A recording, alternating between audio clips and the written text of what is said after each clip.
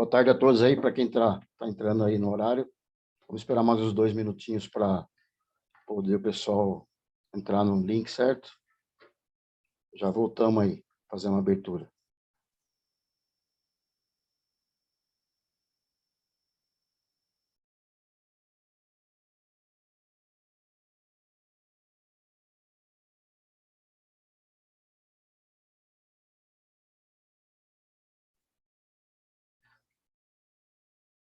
Para quem está entrando agora, vamos esperar mais um minutinho para poder o pessoal acessar o link.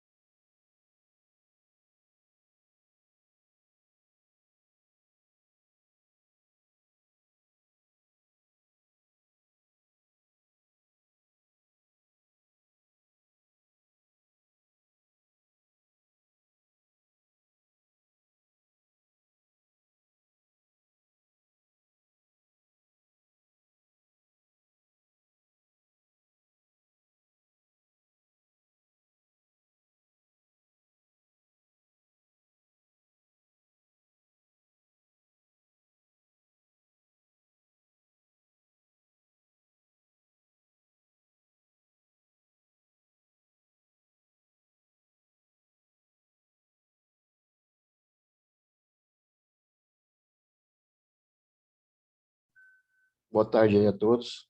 Mais um minutinho para o pessoal acessar o link aí, a gente já faz a abertura aqui, ok?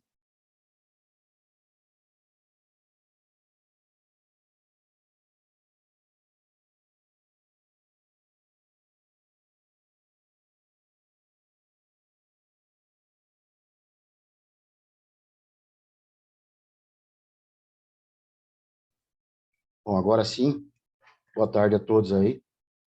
Meu nome é Glauco, eu sou gerente de serviço técnico da Highline do Brasil. E em nome dessa empresa, e já adiantando da Highline Internacional, a gente agradece a presença virtual de todos vocês. O Marcelo, à esquerda aí do vídeo, é o gerente de serviço técnico da América Latina. E o Vitor, acima, é o gerente de serviço global e nutricionista da Highline Internacional. O Vitor foi anteriormente gerente de serviço técnico da Highline no Brasil. Ele é zootecnista e possui MBA em avicultura industrial e gestão empresarial. Só queria passar um aviso antes do Vitor iniciar. As perguntas e respostas, por favor, na caixinha do QI que vocês têm embaixo do vídeo aí. Não põe no chat, porque no chat ela se perde um pouco, ok? Vitor, pode tocar o barco aí. Obrigado. Maravilha, Glauco. Obrigado a todos pela presença. Uma mudança de planos aí, né, pessoal? Eu estava planejado estar em Rio Preto com vocês para fazer esse webinar aí ao vivo, em pessoa. Infelizmente, a gente teve algumas mudanças aí de última hora e a gente precisou mudar para esse formato virtual. Então, eu agradeço a vocês aí pela flexibilidade, agradeço a vocês aí pela compreensão e, por um outro lado, a gente consegue, assim, englobar uma área geográfica do Brasil um pouco maior. Eu vejo que tem algumas pessoas aqui de fora do estado de São Paulo também, então eu acho que isso acabou também ajudando um pouco, tá?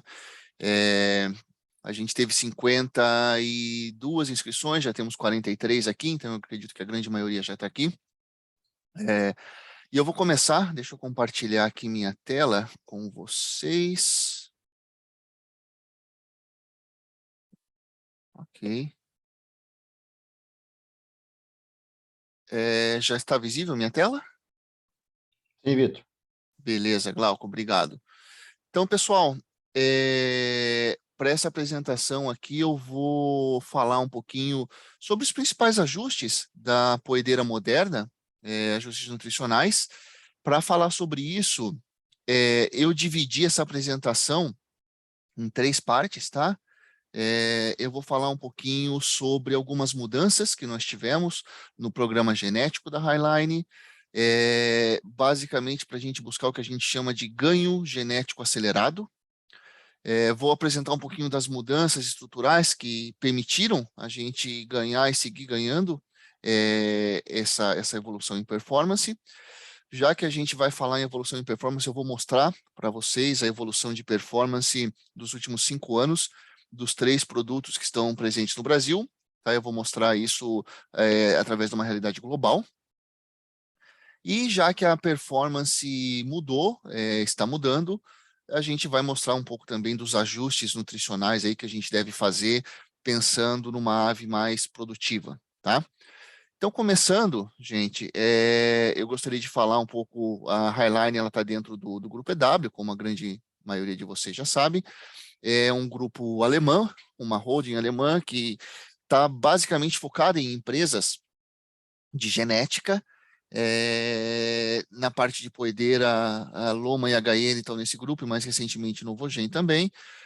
Temos na parte de frango de corte, a Viagem, a Hubbard, teremos outras áreas também, como saúde animal, teremos ovos SPF através da Valo, a própria frente de nutrição, através da W Nutrition, e localmente, muito mais presente na Europa, a questão de armazenagem de grãos, tanto para alimentação humana como animal, e já muito forte no grupo também, já como um líder mundial na parte de genética de aqua, aí tanto de água doce como salgada, tá? Então é um grupo aí que vem se focando bastante e se diferenciando na parte de genética, de várias frentes. Atualmente nós temos 6 variedades dentro da Highline. Dessas 6 variedades, 3 estão presentes no Brasil.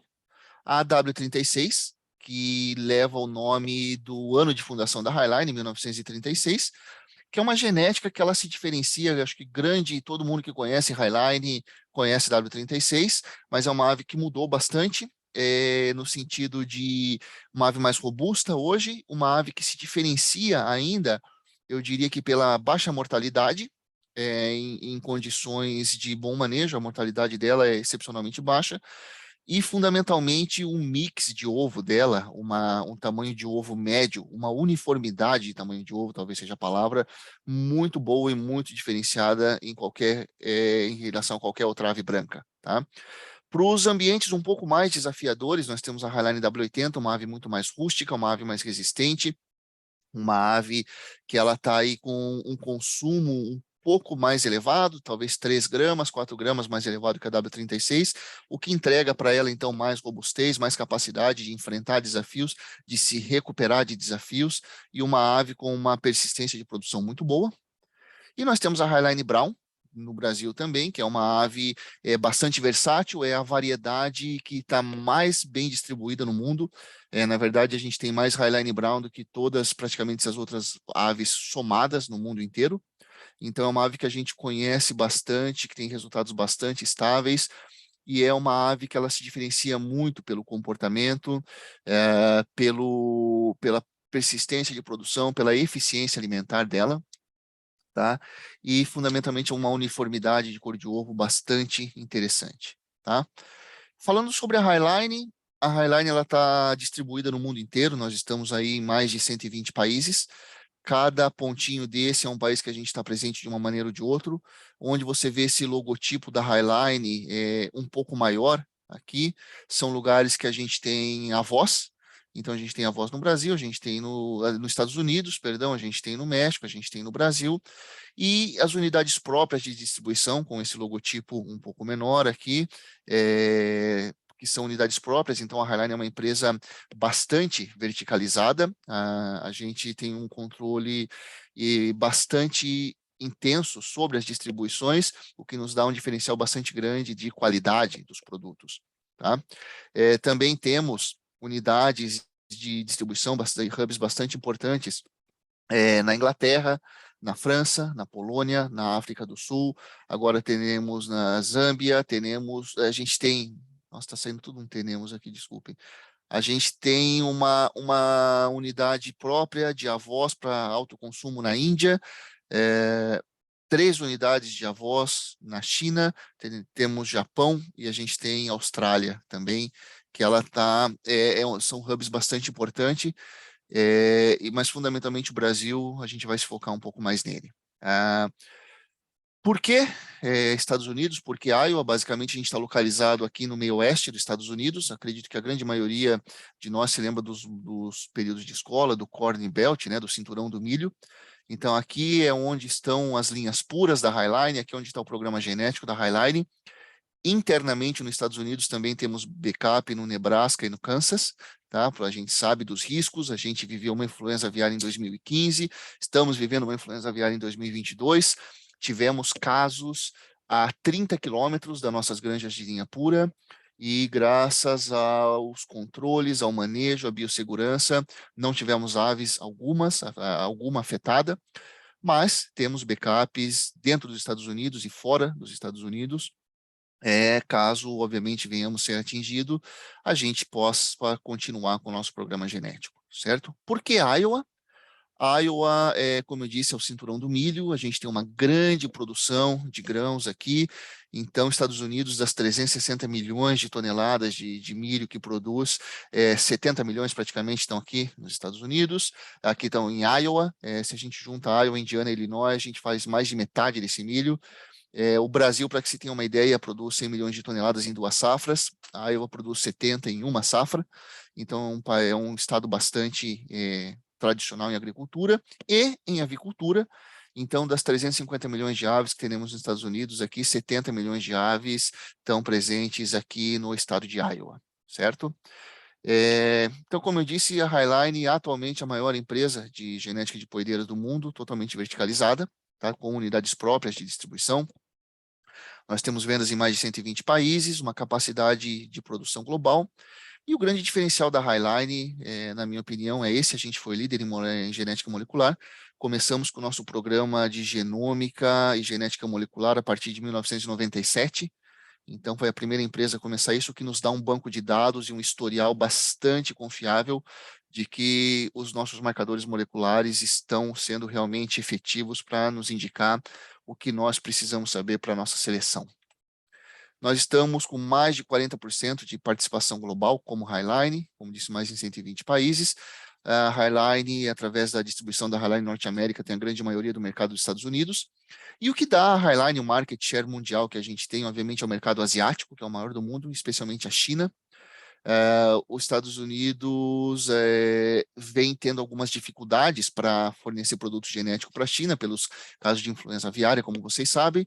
Então, nossa participação de mercado, que chegou a ser maior do que 70%, atualmente ela é em torno de 50%. A gente vem tendo...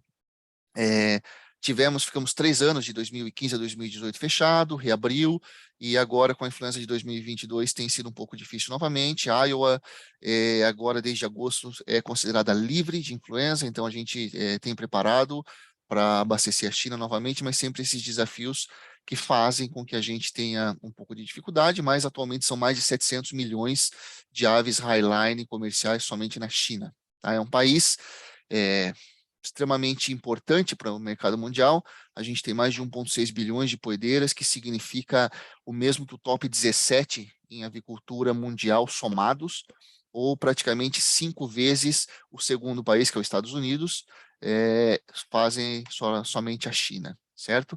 País de consumo maduro, 18 quilos de ovos, que dá entre 300 a 310 ovos per capita. Como eu disse, 1,6 bilhões de aves, com um mercado que vem mudando fortemente nos últimos 4 a 5 anos. Era um mercado tradicionalmente de ovo marrom, 70%, 75% de ovo marrom, e hoje aí mais de 40%, já se disse em 45% de ovos são dessa cor creme ou rosa. Então essas genéticas têm aumentado bastante a participação no mercado chinês. E a Highline Brown é a genética número 1, com mais de 50% de mercado, como eu disse, mais de 700 milhões de aves comerciais atualmente na China. Um mercado que vem mudando bastante. 40% da produção chinesa era em granjas de menos de 10 mil poedeiras. Isso vem mudando de maneira bastante forte, bastante agressiva.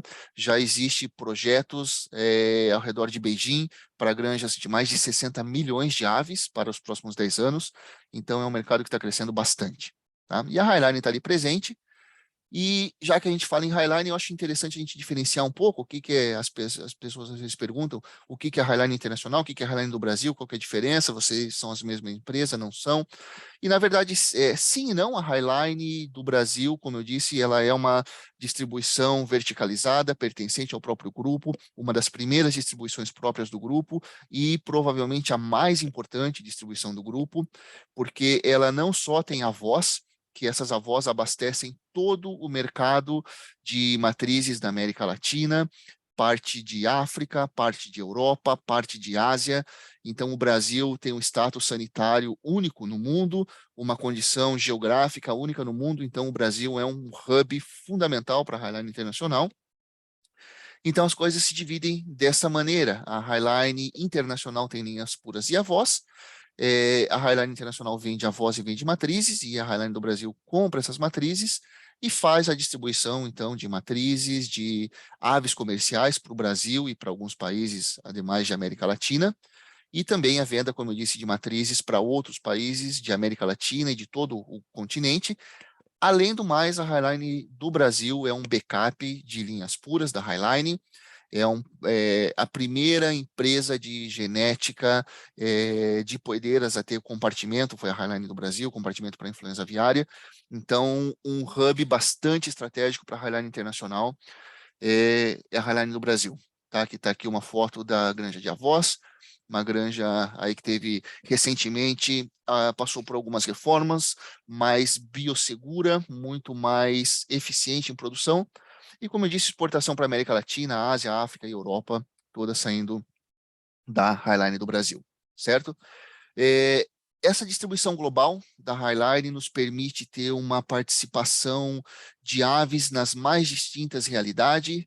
A gente tem aves nos distintos sistemas em boas, ótimas, médias e terríveis condições, o que nos faz aprender muito, mas ter um produto bastante versátil e ter bastante conhecimento de campo, bastante feedback de campo, e isso eu aproveito para pedir para vocês que continuem dando feedback para a gente em relação à performance das nossas aves. Mas então, mostrando um pouco, a gente tem aqui aves em condição de pinteiro vertical, com gaiola, com bandejas de esterco, em gaiolas convencionais, e a recria em gaiola, a gente tem recria em piso, a gente tem pinteiro em piso, pinteiro vertical, desde o primeiro dia. Em produção, a gente também tem aves nos mais distintos sistemas de elevado, 100% climatizado, aos californianos convencionais, a climatizado com capim no teto, a vertical, com luzes acesas e apagadas, e californiano de 2, californiano de 3, piramidal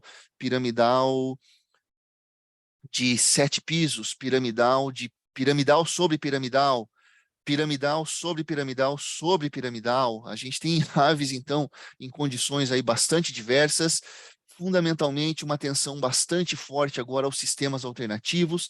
Então, a gente tem aprendido muito e tem tido resultados bastante interessantes nos sistemas livres de gaiola, seja o sistema de aviário, onde a ave desde o primeiro dia está nesse sistema de aviário, seja no sistema de piso convencional, seja num free range parcial, onde a ave sai para uma área externa, porém coberta, seja num sistema de free range total. A gente tem aprendido bastante com isso, a gente tem tido resultados bastante interessantes nesse sistema, que começou a aumentar com uma força bastante marcada. A partir de 2020, diminuiu um pouco a velocidade de conversão de sistemas tradicionais para sistemas alternativos, mas é um sistema que, obviamente, está no radar, sempre teve no radar nosso como seleção genética e continua. Tá? E essa também participação mundial a nível de serviço técnico nos dá também uma capacidade de visualizar muitas condições, muitos problemas, muitos desafios, como a gente vê aqui, uma debicagem maravilhosa, a gente vê 3 aves da mesma idade, em condições corporais aqui bastante marcadas. Então, desafios sanitários, desafios de qualidade de casca, desafio de qualidade de ovo, desafios nutricionais, mais desafios nutricionais. Então, isso permite a gente entender bastante rápido o que está acontecendo e também entender se os nossos parâmetros nutricionais e de manejo estão adequados aí à realidade do campo, certo?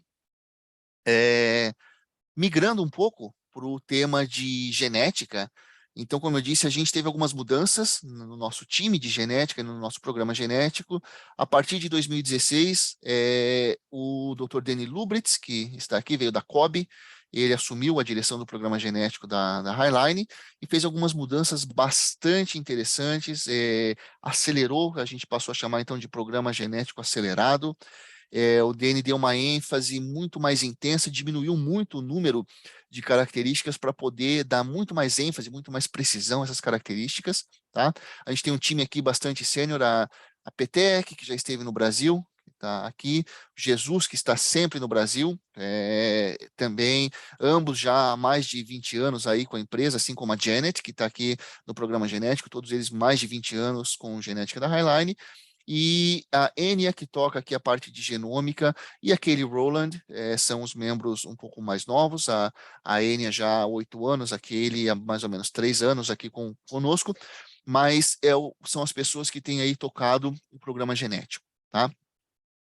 Eu acho interessante a gente falar sobre programa genético, e as pessoas perguntam muito, né, o que é, como se faz, e na verdade é uma coisa que não são informações bastante abertas, na literatura você vai encontrar muito sobre isso, e é um programa que eu gosto de dizer que não é, na verdade, quem tem o maior cérebro, mas quem tem a maior conta bancária, porque na verdade é caro, é caríssimo ter um programa genético, e para você conseguir fazer tudo isso aqui que está nessa equação, que é aumentar a intensidade, a precisão e a variação genética, a gente tem que, quanto mais variável a característica de indivíduos, mais fácil de selecionar, e diminuir aqui o intervalo. Então, para isso que a gente precisa, na verdade, é de muitos recursos financeiros, e essa é a vantagem de estar num grupo tão grande quanto o Grupo EW, que realmente a gente consegue ter um programa genético bastante robusto, ter muita redundância nas seleções, nos processos, para realmente ter muita segurança no que a gente está fazendo e poder realmente estar vendo o progresso que a gente está tendo aqui como empresa genética, tá? Eu vou falar rapidamente, então, sobre esses tópicos que estão aqui e mostrar um pouco do que mudou de estrutura para a gente conseguir atingir esse potencial genético acelerado, esse progresso genético acelerado. Em questão de intensidade de seleção, nós aumentamos os nossos pedigrees, então temos agora 3 granjas de produção de pedigree, temos 2 granjas de recria de pedigree. Com isso, a gente pôde eliminar bisavós, como vocês viram nas pirâmides, a gente não tem mais bisavó para fluxo de seleção, então com isso é muito mais rápido, você já eliminou aí praticamente 1 ano e meio de tempo para chegar a uma característica da linha pura para as comerciais, mas com uma quantidade maior de pedigree, a gente também consegue fazer algumas linhas diretamente do pedigree fazer reprodutoras e não avós. Então, com isso, você ganha ainda mais tempo para você ter essa transferência de características. Além do mais, a gente pôde também, com isso, fazer mais gerações, a gente vai ver um pouco adiante, de machos do que fêmea. Então, você também tem aí praticamente 1,5 para cada geração de fêmea, você tem mais machos, o que agiliza ainda mais. Então, essa intensidade de seleção, ela veio a aumentar muito com os investimentos que foram feitos em granjas, tá? A precisão é fundamental no programa genético. Às vezes a gente não para e pensa, né? Por exemplo, um exemplo besta. Como que a gente faz seleção para número de ovos num galo? Né? Como é que a gente sabe se aquele galo vai produzir uma progenie com boa ou má produção de ovo? Isso, obviamente, era feito por famílias anteriormente, então você media nas irmãs e você tinha um grau de confiabilidade que aquela característica estava presente naquele galo. Hoje, com a genômica, você consegue analisar individualmente cada indivíduo, então assim que nasce aquele machinho, você já consegue coletar uma amostra, analisar o DNA e ter com bastante certeza se esse é um macho que vai ter uma expressão de características que se expressam obviamente só nas fêmeas, e isso dá não só precisão, mas te dá alguma flexibilidade em poder selecionar as fêmeas de uma maneira e os machos de outro, para quando você tem o híbrido, você tem, então, mais velocidade de ganho. Você não precisa, você sabe que existem algumas características que são opostas, por exemplo, como número de ovos e peso de ovo. E se você separa isso em fêmea e macho, você pode ganhar o melhor dos dois mundos sem sacrificar um ou outro. Tá? Então, a genômica também vai ajudar muito nisso. A variação genética e o intervalo entre gerações, que são fundamental. Então, tendo mais aves, tendo mais indivíduos, a gente tem potencial de trazer distintos grupos de aves, distintas características. Então, a gente tem mais variação genética para poder ter mais ganho. E, como eu disse, diminuir o intervalo. Então, foi uma coisa que chamou bastante atenção do Dene quando ele veio do mundo do frango de corte, aonde a cada 6 semanas aí ele estava fazendo uma seleção, e veio para um mundo onde se fazia uma seleção por ano. Então, ele mudou isso e a gente está vendo os resultados. Aí a gente tem aí seleções a cada 30 e poucas semanas, o que para a postura comercial é um índice bastante interessante. Tá? Nossas aves, falando um pouquinho aqui sobre a seleção, sobre o pedigree. Aqui é uma ave de pedigree, numa gaiola individual, então é um ambiente 100% controlado, filtro EPA nos galpões, alimento com tratamento térmico, 100% inócuo, água com tratamento ultravioleta, então é uma condição assim bastante de eliminação de variáveis, onde a única variável então produtiva é a capacidade ou a carga genética de cada uma das aves, está tudo 100% rastreado, as aves, os ovos, tudo 100% rastreado. E essa estrutura a gente tem em diversas granjas, a gente tem nessa granja aqui, que tem não só a parte de gaiolas individuais, mas tem também a parte de onde se faz a avaliação de aves livre de gaiola. Então, a gente tem aqui a seleção de piso, a seleção que a gente faz o comportamento dessas aves. Tá? É uma granja bastante interessante nesse sentido. A gente tem a granja Dennis Case aqui, que é uma granja que recentemente sofreu um aumento, tá? A gente tinha 2 galpões, agora temos 3 aqui. É uma estrutura bastante interessante também. Como eu disse, a mesma estrutura de gaiolas individuais, de tudo climatizado, tudo controlado. Aqui a gente tinha antigamente as linhas brancas, hoje a gente tem todas as linhas e também temos já gaiolas de família, não só gaiolas individuais, para a gente avaliar o comportamento dessas aves em gaiolas colônia ou em gaiolas de múltiplas aves verticais, como a gente vê a campo. Tá? Então, distintas realidades. E a granja mais nova que a gente tem, a granja Wallace, que ela foi inaugurada agora em 2019, um investimento aí de praticamente 15 milhões de dólares. É uma granja que é uma cópia praticamente idêntica da granja anterior, da Dennis Case, e onde a gente tem todas as linhas, a gente tem também gaiolas individuais e gaiolas de família, em um ambiente totalmente climatizado, galpões completamente independentes um do outro, com banho para entrada e saída de qualquer galpão. Você não consegue passar de um galpão para o outro sem tomar banho. Então, na verdade, a nível de compartimento, cada galpão desse aqui é considerado como uma unidade produtiva independente. Tá? Então, uma granja bastante aqui nova. Tivemos alguns investimentos novos no nosso incubatório de pedigree, que fica aqui próximo também, então um incubatório bastante moderno, um incubatório bem pequenininho, bastante moderno, com muito controle, que a gente faz aqui os nascimentos então de pedigree de avós. Investimentos em granjas novas de recria, então a gente tem uma granja aqui em Ogden, que está mais ou menos 40 minutos daqui, mais um investimento aqui de 1,5 milhão. Você está vendo uma foto dela aqui no inverno, então a gente tem aqui menos 40, menos 35 graus durante o inverno, e uma condição bastante estável dentro das granjas, assim como no verão também, tá? E falando um pouquinho dos nossos backups, a gente tem, então, avós e a gente pode ter bisavós no sentido de distribuição, mas não de multiplicação, em Nebraska e em Kansas, tá? Que são, caso a gente venha ter algum problema em Iowa, a gente possa ainda ter fornecimento de aves através dessas granjas. Tá? Como eu disse, o Dene deu uma guinada bastante forte no programa de seleção na Highline, de 40 grupos, 40 e tantos grupos que você selecionava, ele baixou isso para 6, que são produção de ovos, qualidade, eficiência de alimentação, bem-estar, reprodução e molecular, e com isso deu muito mais ênfase nesses grupos de produção.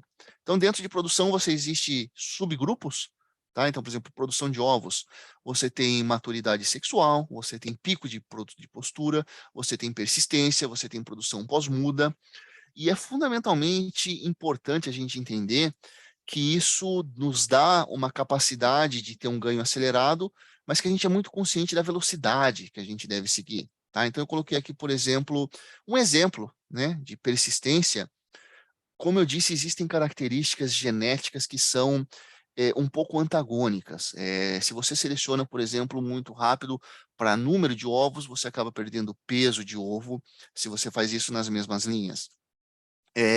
Então, por exemplo, se você seleciona para persistência fortemente, se você está colocando muita ênfase anual disso, se você quer atingir, não sei, um X número de ovos a 100 semanas, por exemplo, você acaba sacrificando outras características, como peso de ovo, ou até como qualidade interna de ovo. Então, isso aqui são fotos de outra genética, que a gente vê aí qual que é a consequência de uma seleção de característica única, como o número de ovos, feita de maneira muito intensa, quais que são os riscos, né, disso. Então, por isso a gente é bastante consciente em quanta pressão de seleção a gente coloca em característica, para, obviamente, conseguir manter um equilíbrio e não perder outras características importantes aí buscando número de ovos, por exemplo. Tá? Qualidade de ovo é fundamentalmente um diferencial da Highline. Os países que trabalham com industrialização sabem disso, especialmente quando você fala em quantidade de sólidos e quantidade de gema. Para fazer 1 quilo de gema, você precisa 4 a 5 ovos menos de Highline do que qualquer outra galinha, tá? Porque é uma galinha bastante diferenciada, sempre foi muito selecionada para isso. O mercado aqui norte-americano é muito tradicional nisso, então a Highline sempre se focou nisso. Tá? A gente tem outros pontos em termos de qualidade de casca. A gente vai ver que a questão de espessura de casca já não é uma característica que é sinônimo de qualidade de ovo. Tá? Então, você pode ter aí uma casca um pouco menos espessa, mas através da flexibilidade você tem uma qualidade de casca tão boa quanto uma casca mais espessa. Tá? Por isso que hoje uma prova de gravidade específica não é indicador mais de qualidade de casca. Tá? A gente analisa tudo isso daqui no nosso laboratório, que analisa mais de 1 milhão, na verdade, quase 1.100.000 amostras, ovos individuais por ano. Tá? A gente tem aqui um pessoal que se dedica a fazer somente isso. E a gente analisa peso de ovo, a gente analisa peso de gema, quantidade de sólido, qualidade de albumina, força de quebra, essa força aqui de resistência dinâmica do ovo, que é uma prova bastante interessante, que é feita por esse aparelhinho aqui, onde você consegue, então, entender um pouco como a membrana do ovo e a casca do ovo interagem, e você consegue, então, selecionar para essa característica de flexibilidade de casca. A gente tem muito cuidado para selecionar a força de quebra, tanto no equador como nos polos dos ovos, para você não ter a perda de formato, certo? Quem não se lembra de algumas aves que tinham um tipo de ovo ou mais redondo ou mais bicudo, e isso acaba sendo uma característica de seleção ou só no polo ou só no equador, que se acaba, né, então, perdendo um pouco o formato do ovo. Então, bastante intensa essa seleção. E eu acho que eficiência alimentícia foi aquilo que a ave Highline sempre se diferenciou mundialmente, conversão alimentar. Mas aqui é importante a gente fazer uma ressalva. E eu gostaria muito que vocês saíssem com essa mensagem daqui. A Highline deixou de selecionar desde 2014, e fundamentalmente depois do Condene, para aves que produzam ovos com menos quantidade de ração, como se fazia anteriormente. Então, qual que era o índice de seleção? Você tinha uma quantidade de ovos, e dentro dessa quantidade de ovos, você buscava as aves que produziam esses ovos com menos alimentação possível. Isso se mostrou eficiente até certo ponto, mas isso sacrifica o número de ovos a partir de certo ponto. Então, desde aí antes de 2015, a seleção é por aves que produzam a maior quantidade possível de ovos dentro da quantidade de alimento que elas consomem, que é a prova de alimentação residual. Tá? Então, a gente é bastante restrito em como a gente analisa isso, é uma informação bastante precisa. e com isso vocês vão ver nos resultados que a Highline sim está consumindo mais do que anteriormente, de 1 kg a 1,7 kg a 90 semanas do que ela comia anteriormente, mas, obviamente, a seleção é para que o aumento de massa de ovos seja percentualmente maior que o consumo de ovos, tá? Então, quem se lembra da W36, assim como eu me lembro quando eu ainda era cliente da Highline, em 2005, 2006, que o pessoal falava que era galinha que morria pouco, botava pouco, mas comia pouco também. Isso acabou. Tá? Então, as seleções são feitas hoje por maior número de ovos dentro daquele consumo de ração. Tá? Reprodução, fundamentalmente, isso vale muito mais aí para quem está trabalhando com reprodutoras, que não é nosso caso. Eu vou passar um pouquinho mais rápido aqui pelo tempo. Bem-estar animal é fundamental. Viabilidade, resistência a doenças, comportamento social é uma característica que é bastante ligada à viabilidade, né? Quem não se lembra do comportamento de uma Highline W36, até de uma Highline W80, e como essas aves morrem menos do que as outras, isso é ligado um ao outro, o comportamento social com a viabilidade. Questão de empenamento, que é um diferencial da nossa ave, especialmente aí no momento de venda. Comportamento de ninho, né? O comportamento dessa ave botar ovos aonde deve botar. Então, a gente tem se focado bastante nisso. A questão molecular. Então, a gente tem trazido mais tipos sanguíneos e tem analisado mais tipos sanguíneos no nosso blend. A questão de sexagem, a gente tem trabalhado bastante nessa parte de sexagem. Algumas características, algum exemplo, como, por exemplo, aquele cheiro de peixe no ovo, que foi trabalhado geneticamente, entre outras características, que a gente pode passar algumas horas falando disso, mas eu acho que não é o ponto. Tá? Então, tudo isso muito bonito, muito legal, muito lindo, condições comportadas, condições controladas, condições que propiciem que a ave somente expresse diferenças de produção por diferença genética, mas isso não é a realidade de campo, como a gente sabe. Então, tudo isso tem pouco valor se a gente não valida isso a campo, é o que a gente faz nos testes a campo. Então, levar as linhas puras a campo, a gente tem testes de campo em diversos países da América Latina. Tínhamos no Brasil até há pouco tempo, por algumas condições de Ministério da Agricultura, isso teve que ser interrompido, se está buscando retornar com isso, e eu acredito que deve retornar em breve. Mas atualmente a gente tem testes, bastante testes no México, temos na Colômbia, a gente tem testes na República Tcheca, Inglaterra, Japão, Brasil, El Salvador, Tailândia, putz, são vários países que a gente tem aqui testes oficiais de campo de comportamento genético, onde a gente avalia aves não debicadas nas mais distintas condições, em aviário, em gaiolas, em piso, tá? E a gente também tem testes da área de nutrição que a gente faz, esses aqui, testes no próprio Brasil, México, isso daqui no Equador, a gente tem testes também na Ásia que a gente está trabalhando, onde a gente avalia também aí a questão nutricional dessas aves, tá? E para que a gente, então, continue tendo esses resultados, tá? O que a gente espera com todas essas mudanças? Ganhos mais acelerados. Então, como eu disse, o DN veio para a Highline em 2016, então a gente pode dizer que a partir de 2020 para 2021, 100% do trabalho dele começou a chegar nas comerciais.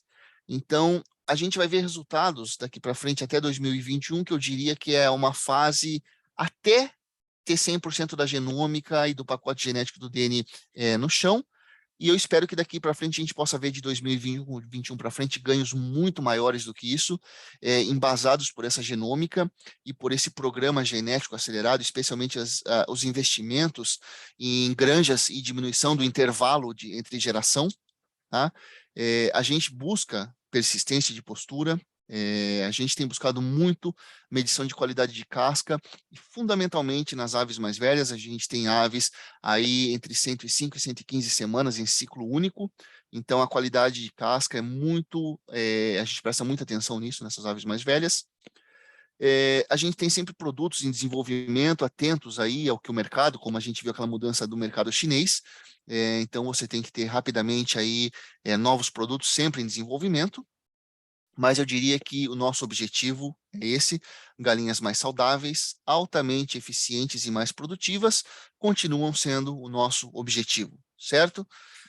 E bom, gente, se a gente falou aqui sobre tudo que a gente tem feito em termos de genética, em termos de estrutura de investimento, é legal a gente ver o resultado disso, tá? Para mostrar o resultado, eu vou apresentar para vocês aqui esse programa que chama Vision Egg, é uma iniciativa da Highline, a qual eu tive o prazer aqui de participar desde o do começo, e é muito gratificante a gente saber que a gente cruzou a marca de mais de 1 bilhão de aves.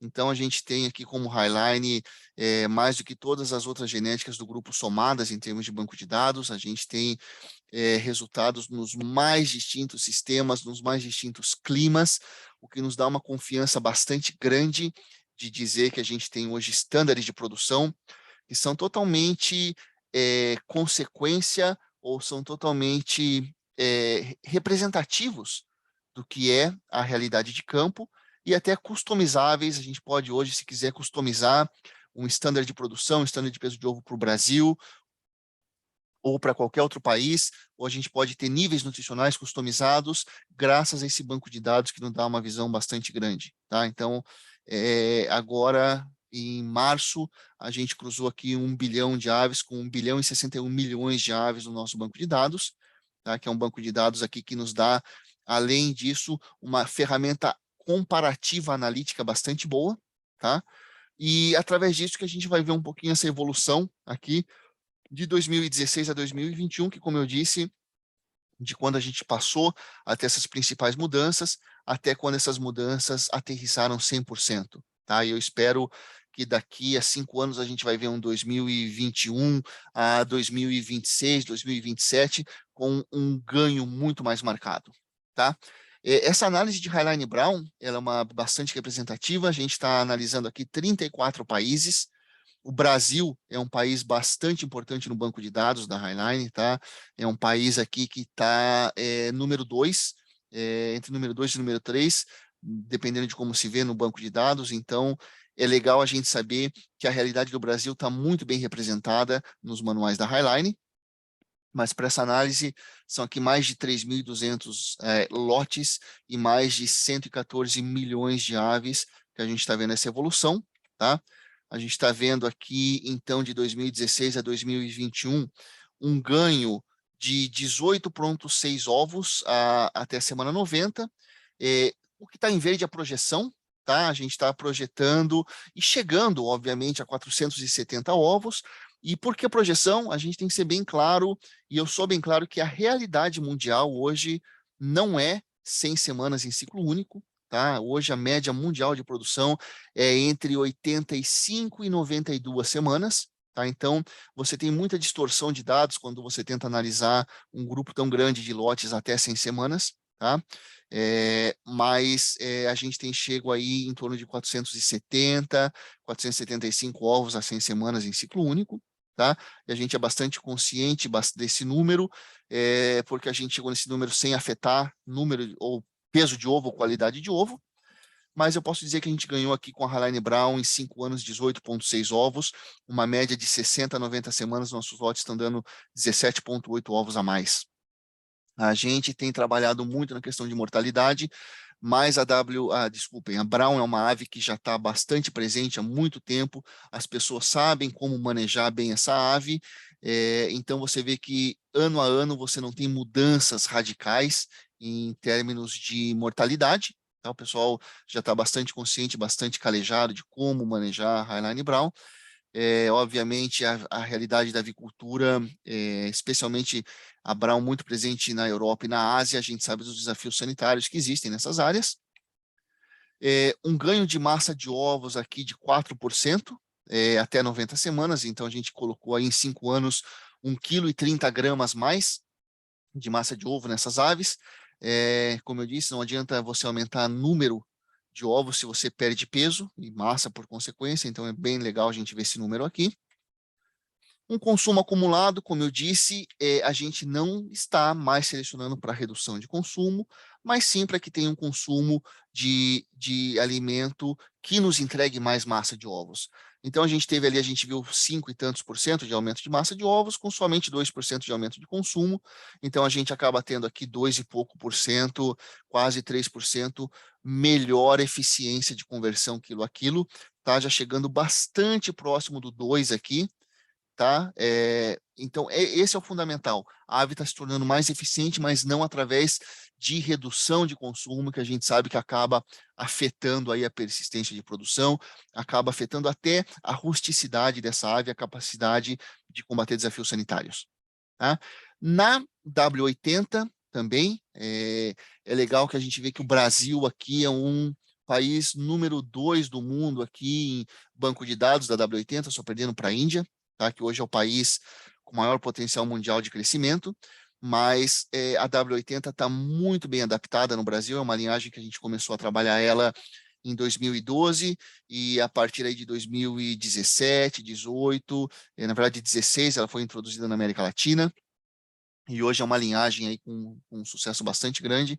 Então, essa análise aqui tem 1.000 e tantos lotes, 45 milhões de aves nessa análise, onde a gente vê aqui chegando a 100 semanas com 472 ovos, 18,7 ovos a mais a 90 semanas, então um número aqui bastante interessante. A mortalidade, é legal a gente ver que a gente aprendeu a manejar melhor essas aves nas condições desafiadoras da Índia, nas condições climáticas e também desafiadoras de manejo do Brasil. Então, a gente tem uma mortalidade aí bem elevada que ano a ano vem baixando. Tá? Então, isso não só é genética, mas isso é serviço técnico, isso é manejo, isso é compreensão de como essa ave funciona. Um número bastante legal, a gente sabe que hoje o número mágico aí para muitas empresas é 27 quilos de ovos a 90 semanas.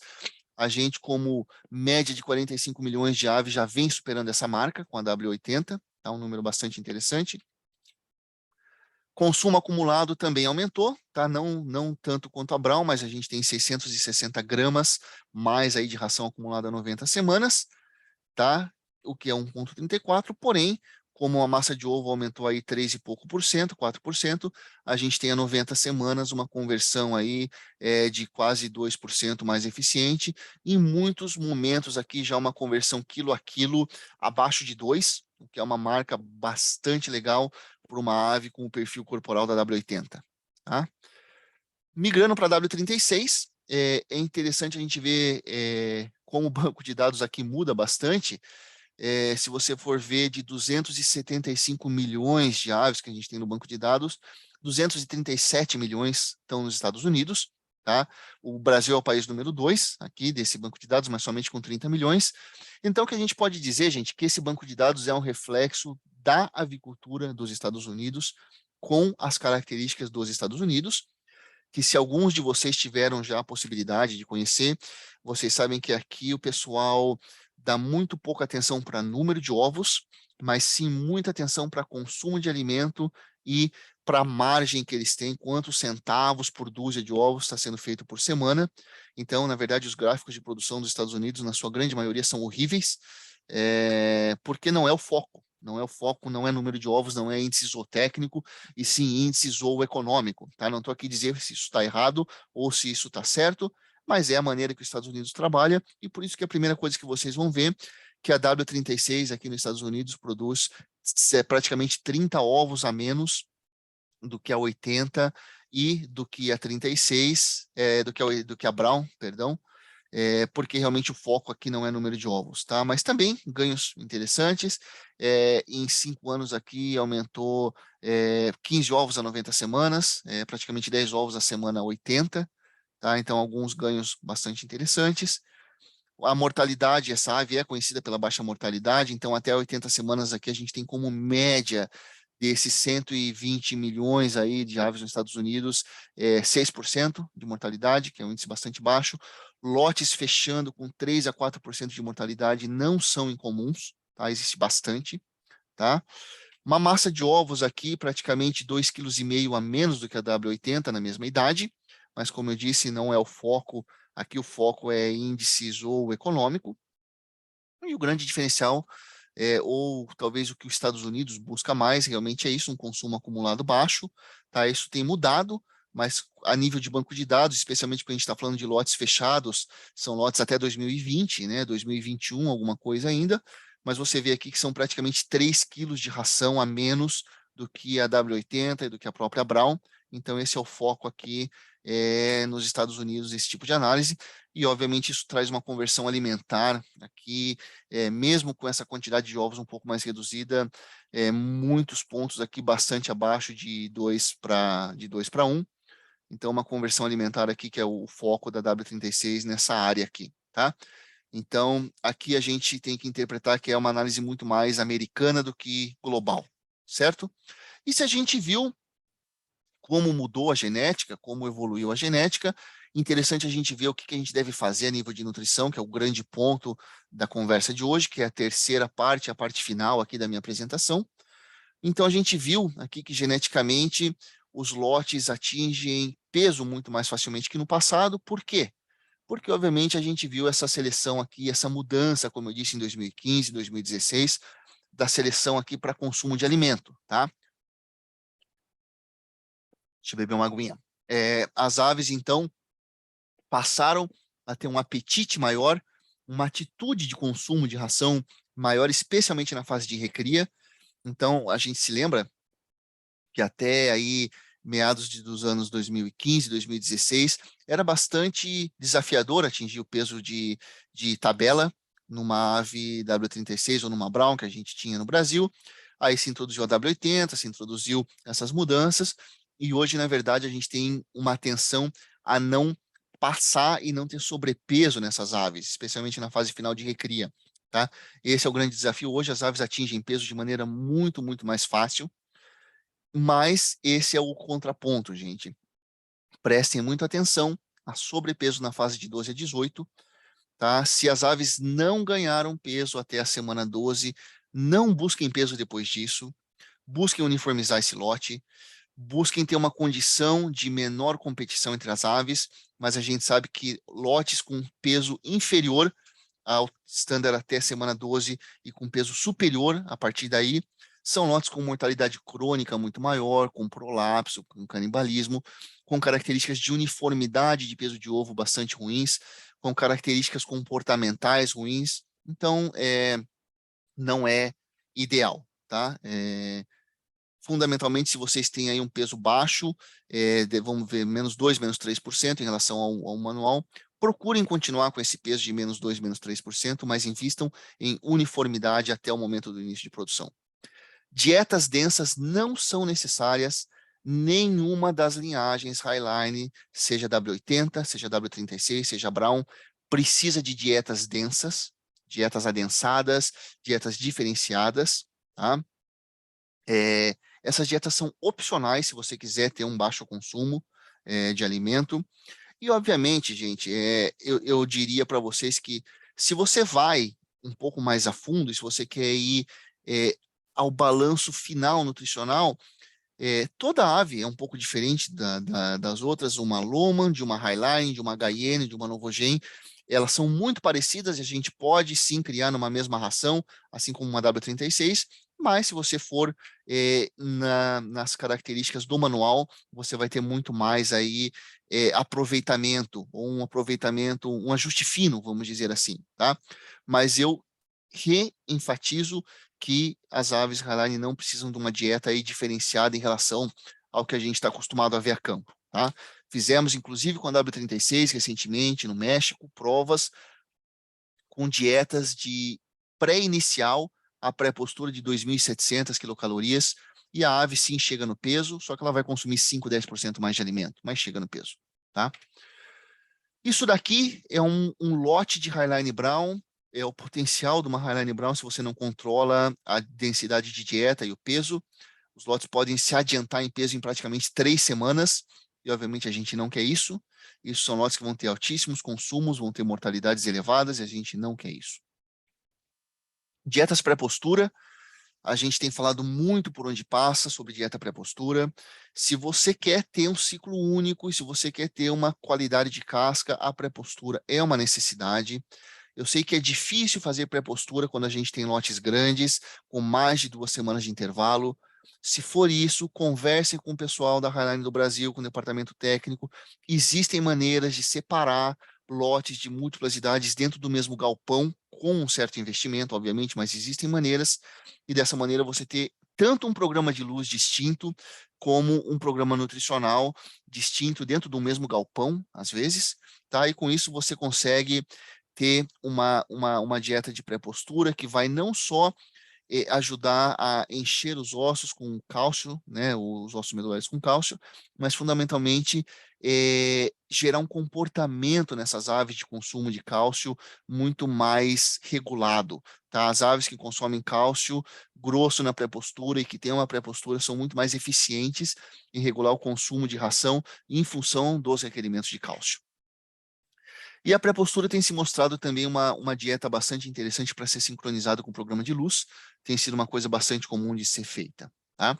Dietas pré-pico é uma opção, mas é uma opção que eu acho que é bastante válida para quem está buscando um aumento mais rápido do peso de ovo, uma melhor persistência de produção e uma melhoria da casca de ovo. Tá? Eu sei que o Brasil tem trabalhado bastante nisso, nutricionalmente o Brasil é bastante avançado com relação a outros países. A gente não tem no manual a dieta pré-pico como um requerimento, mas eu deixo como uma opção, e uma opção bastante interessante para quem está buscando essas características, tá? Então, tendo tudo isso como objetivo, a gente tem que falar, obviamente, um pouquinho do perfil de crescimento dessas aves, e uma grande mudança, gente, que a gente tem nos nossos discursos, nas nossas palestras, é que vocês encarem como as dietas aqui de início e pré-início como um investimento para a fase produtiva. Então, a gente sabe aqui que até 5, 6 semanas, o ganho de peso que você tem nesse momento, ele é diretamente ligado à persistência de produção e à viabilidade dessas aves, por causa do desenvolvimento do sistema imunológico e digestivo. Se você não ganha peso até então, você pode ter um ganho de peso compensatório depois, mas você não tem um desenvolvimento compensatório desses sistemas digestivos e imune, tá? Então a gente tem enfatizado muito. Eu sou um grande defensor de presinha peletizada. Por onde eu falo, passo, eu defendo muito que essa dieta é um grande aliado para que a gente consiga botar peso nessas pintainhas, botar uniformidade nessas pintainhas. Tá? Ela é um produto aqui que não permite que a ave tenha um consumo seletivo de nutrientes. A gente sabe que as aves não comem por gosto, certo? As aves comem por granulometria. Então, quando você tem aqui uma ração farelada, ela vai comer primeiro a parte de grãos e depois a parte farelada. Isso pode ser um pouco catastrófico numa pintainha com uma capacidade de consumo tão reduzida, como as pintainhas aqui de primeira semana. E aqui a gente sabe que as empresas, vocês que estão nesse mercado, vocês têm muito mais controle de qualidade para a seleção dos ingredientes do que uma granja comercial. Então, sim, eu contem aqui com o meu apoio, e com a minha divulgação, que eu vou divulgar esse tipo de produto por onde a gente passar. Eu sei que aqui vocês têm muitos aditivos, enzimas e qualquer outras coisas. Esse é o momento para realmente investir, tá? É um momento aqui de baixo consumo e é um momento onde esse retorno é bastante marcado. A gente vê que peso de 5 semanas significa produção precoce, significa persistência de produção, significa menos mortalidade a 60 ou a 72 semanas. Se eu tenho mais produção e menos mortalidade, eu tenho muito mais ovos por ave alojada nas distintas idades, tá? Obviamente, nutrição não é tudo, existe muita coisa de manejo aqui de programa de luz, que deve ser visto, que não é o foco da apresentação, eu não vou me bater muito nesse ponto aqui, tá? Mas, fundamentalmente, essa é a primeira parte, até 5 semanas, e até 12 semanas, gente, é outro ponto que a gente tem batido bastante também, que os nossos produtores de ovos encarem esse período como um investimento, tá? E a gente tem uma prova aqui que a gente fez internamente, tanto com Brown como com 80, e aqui a gente está vendo o resultado da Brown, que é o quê? A análise do peso corporal a 12 semanas, com o número de ovos total, o peso de ovo e a força de quebra desses ovos. E a gente vê, primeira coisa, excesso de peso não é bom. As aves começam a ficar mais pesadas, elas começam a perder número de ovos aqui, praticamente 10 ovos a menos para essa ave aqui que está aqui 100, cento e tantas gramas mais pesada. Tá? Da mesma maneira, você está abaixo, você também perde número de ovos. Então, aquilo que eu falei, não deixem as aves ficarem gordas, obesas, elas vão perder número de ovos. Uma coisa que a gente nota é o peso corporal tem uma ligação bastante direta com o peso de ovo, e o peso de ovo a pico de produção tem uma relação com o peso de ovo bastante marcada ao peso de ovo no final. Tá? Então, a gente correlaciona aqui peso de ovo 25 e 65 semanas, eles são bem relacionados, mas uma coisa que a gente vê aqui é isso, né? Uma ave mais pesada pode ter aqui praticamente 6, 7% mais de peso de ovo. Agora, o que foi legal a gente ver nessa prova? Que essas aves aqui um pouco mais pesadas, mesmo com uma produção um pouco menor, mas graças ao desenvolvimento de esqueleto até a semana 12, mais marcado, elas tinham, mesmo com 6% mais peso de ovo, elas tinham aqui 4% mais força de quebra do que um ovo aqui 7% mais leve, e a 74 semanas, desculpem, 9% mais de força de quebra. Tá? Então, para mim, a mensagem é essa, gente. Se você não tem um bom desenvolvimento do esqueleto dessas aves, controlar peso de ovo não vai te garantir uma boa qualidade de casca. Tá? Então, você tem que ganhar peso de ovo até semana 5, você tem que ganhar peso de ovo até semana 12, desculpe, peso corporal, não peso de ovo, tem que ganhar peso corporal até semana 5, peso corporal até semana 12. Se isso não aconteceu, não existe ajuste nutricional, não existe aditivo, não existe enzima, não existe genética que vá te entregar uma qualidade de casca boa até 90, 100 semanas, tá? Porque isso se perdeu.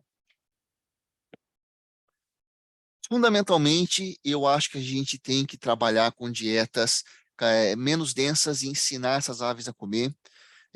O Lisson já mostrou para a gente que a gente pode ter praticamente aqui 3, 4% de diferença em consumo de ração com o mesmo peso corporal estatisticamente, quando a gente muda a densidade energética dessa ração. A gente sabe que as aves são reativas à energia, as aves brancas de maneira muito mais precoce, a partir de sexta, sétima semana, as aves brown a partir de 10, 12 semanas, elas são reativas à energia.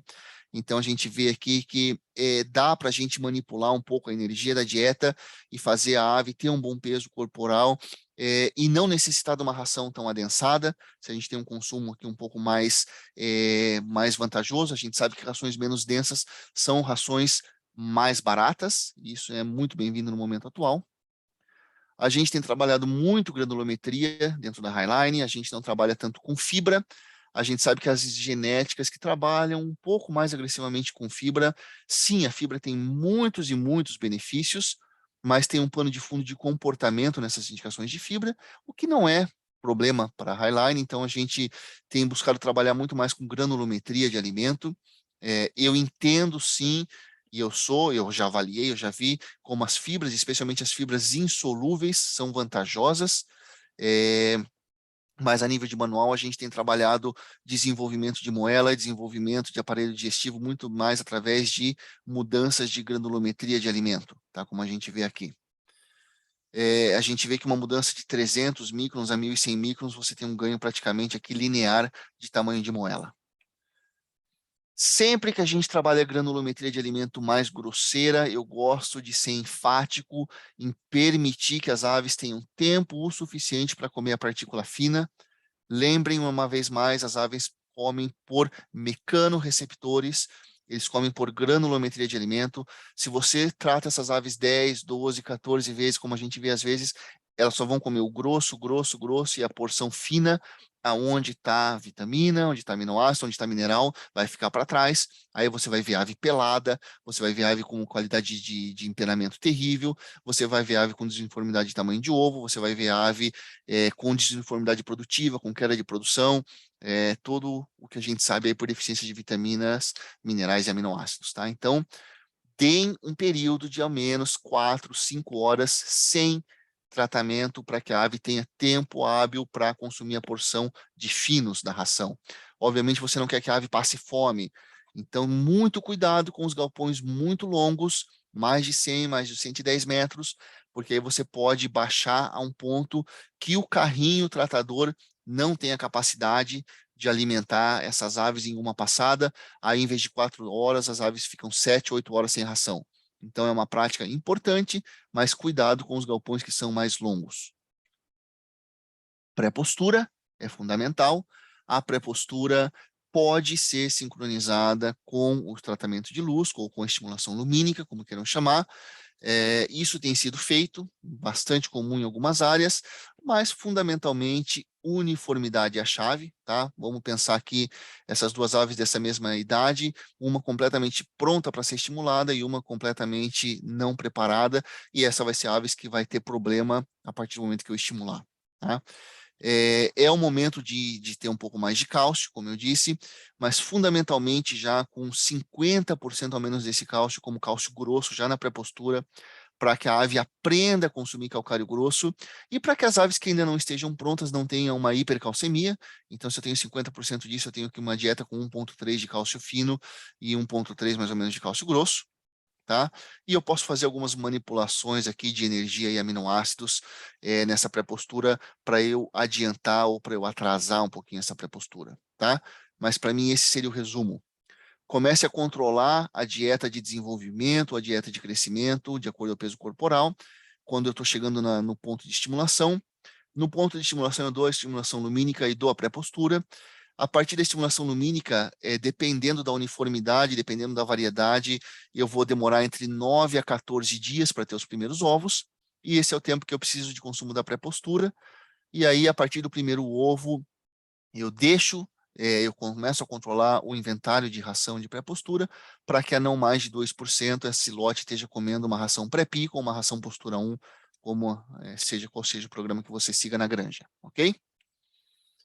A pré-pico, eu gosto bastante disso, não é algo novo, é algo que vem sendo falado desde 2016 com mais intensidade, que é você fornecer dietas mais densas para esse período onde o consumo de ração está mais baixo, tá? Então, para um bom início de desenvolvimento dessas galinhas, ou até para corrigir algum problema, a ingestão de nutrientes pode ser maximizada para que se você evite a mobilização de reservas corporais no início de postura, certo? A gente passou 17, 18 semanas acumulando nutriente, agora a produção vai começar, você não quer que esses nutrientes sejam perdidos de maneira demasiado rápida, tá? Então você pode fornecer uma ração mais concentrada nesse período. Alternativamente, você pode dar uma dieta com um conteúdo reduzido de energia no período pré-pico, fundamentalmente que as aves não cheguem a pico de produção com energia reduzida. Então, quando você baixa a energia da dieta, eu gosto de baixar aí até semana 23, 24, não muito mais do que isso, tá? A Troll Nutrition foi a empresa aqui pioneira, me corrigem se eu estiver errado, mas eu acho que desde 2014 e 15 eu tenho visto publicações da Troll nesse sentido.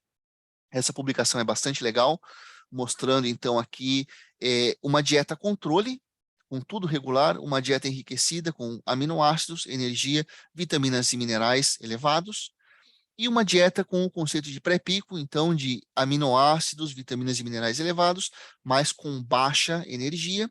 E você vê que quando eu comparo aqui essa pré-pico contra a média de controle enriquecida, eu tenho 4% mais de peso de ovo, de produção de ovo, perdão, eu tenho 2% mais de peso de ovo, eu tenho 5% mais massa de ovos e eu tenho 3,7% mais eficiência alimentar, tá?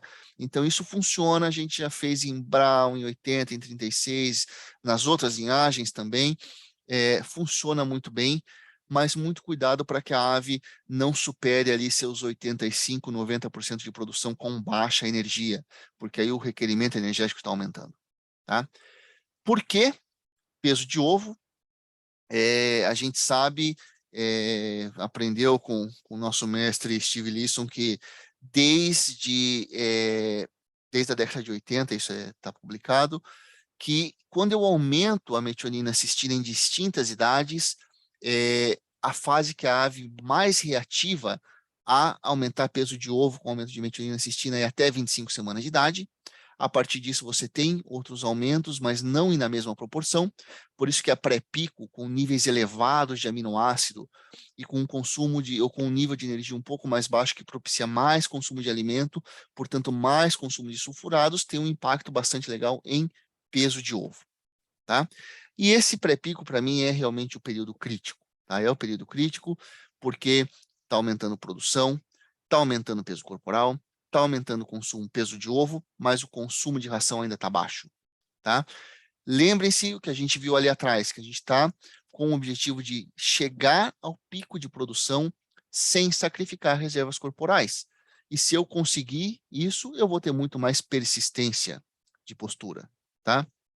Por isso, gente, eu falo, se você tem uma capacidade limitada de investimento em número de fases, invista pelo menos nesse começo, até que o consumo se estabilize, façam 1, 2, 3, 10, uma dieta por semana, não sei, mas até que o consumo se estabilize e que a ave atinja o pico de produção. A partir daí, você tem muito menos mudanças de requerimento nutricionais e dá para você ter um programa um pouco mais ameno em relação ao número de fases, mas esse começo aqui de 18 a 25, 27 semanas é a fase que seria legal investir. E se você investir e atingir esses objetivos aqui, de 16 a 20% de ganho de peso corporal entre o primeiro ovo e o pico de produção, de 20 a 30% de aumento de consumo entre o primeiro ovo e o pico de produção, e de 16 a 18% de aumento de peso de ovo, isso é uma garantia que você atingiu o pico de produção sem sacrificar tanto suas reservas corporais. E com certeza você vai ter muito mais persistência de produção, certo? Aumentando esses aminoácidos, baixando um pouquinho essa energia, mas não até o pico de produção, e fundamentalmente aumentando um pouquinho também as vitaminas e minerais. Então, nos países onde isso é permitido, e a gente sabe que muitos não são por causa de vitamina A e vitamina D3, mas onde é permitido, e o Brasil é um deles, eu recomendo pelo menos 30% mais de premix vitamínico e mineral, até a gente superar a fase crítica de consumo, que seria 90 gramas para 36, 95 gramas para 80 e 100 gramas para brown. Tá? Então, até que você supere essa fase, em vez de botar aí 4, bota 5, 6 quilos de premix por tonelada, isso vai ajudar a dar um boost aqui na produção e no peso de ovo. Tá?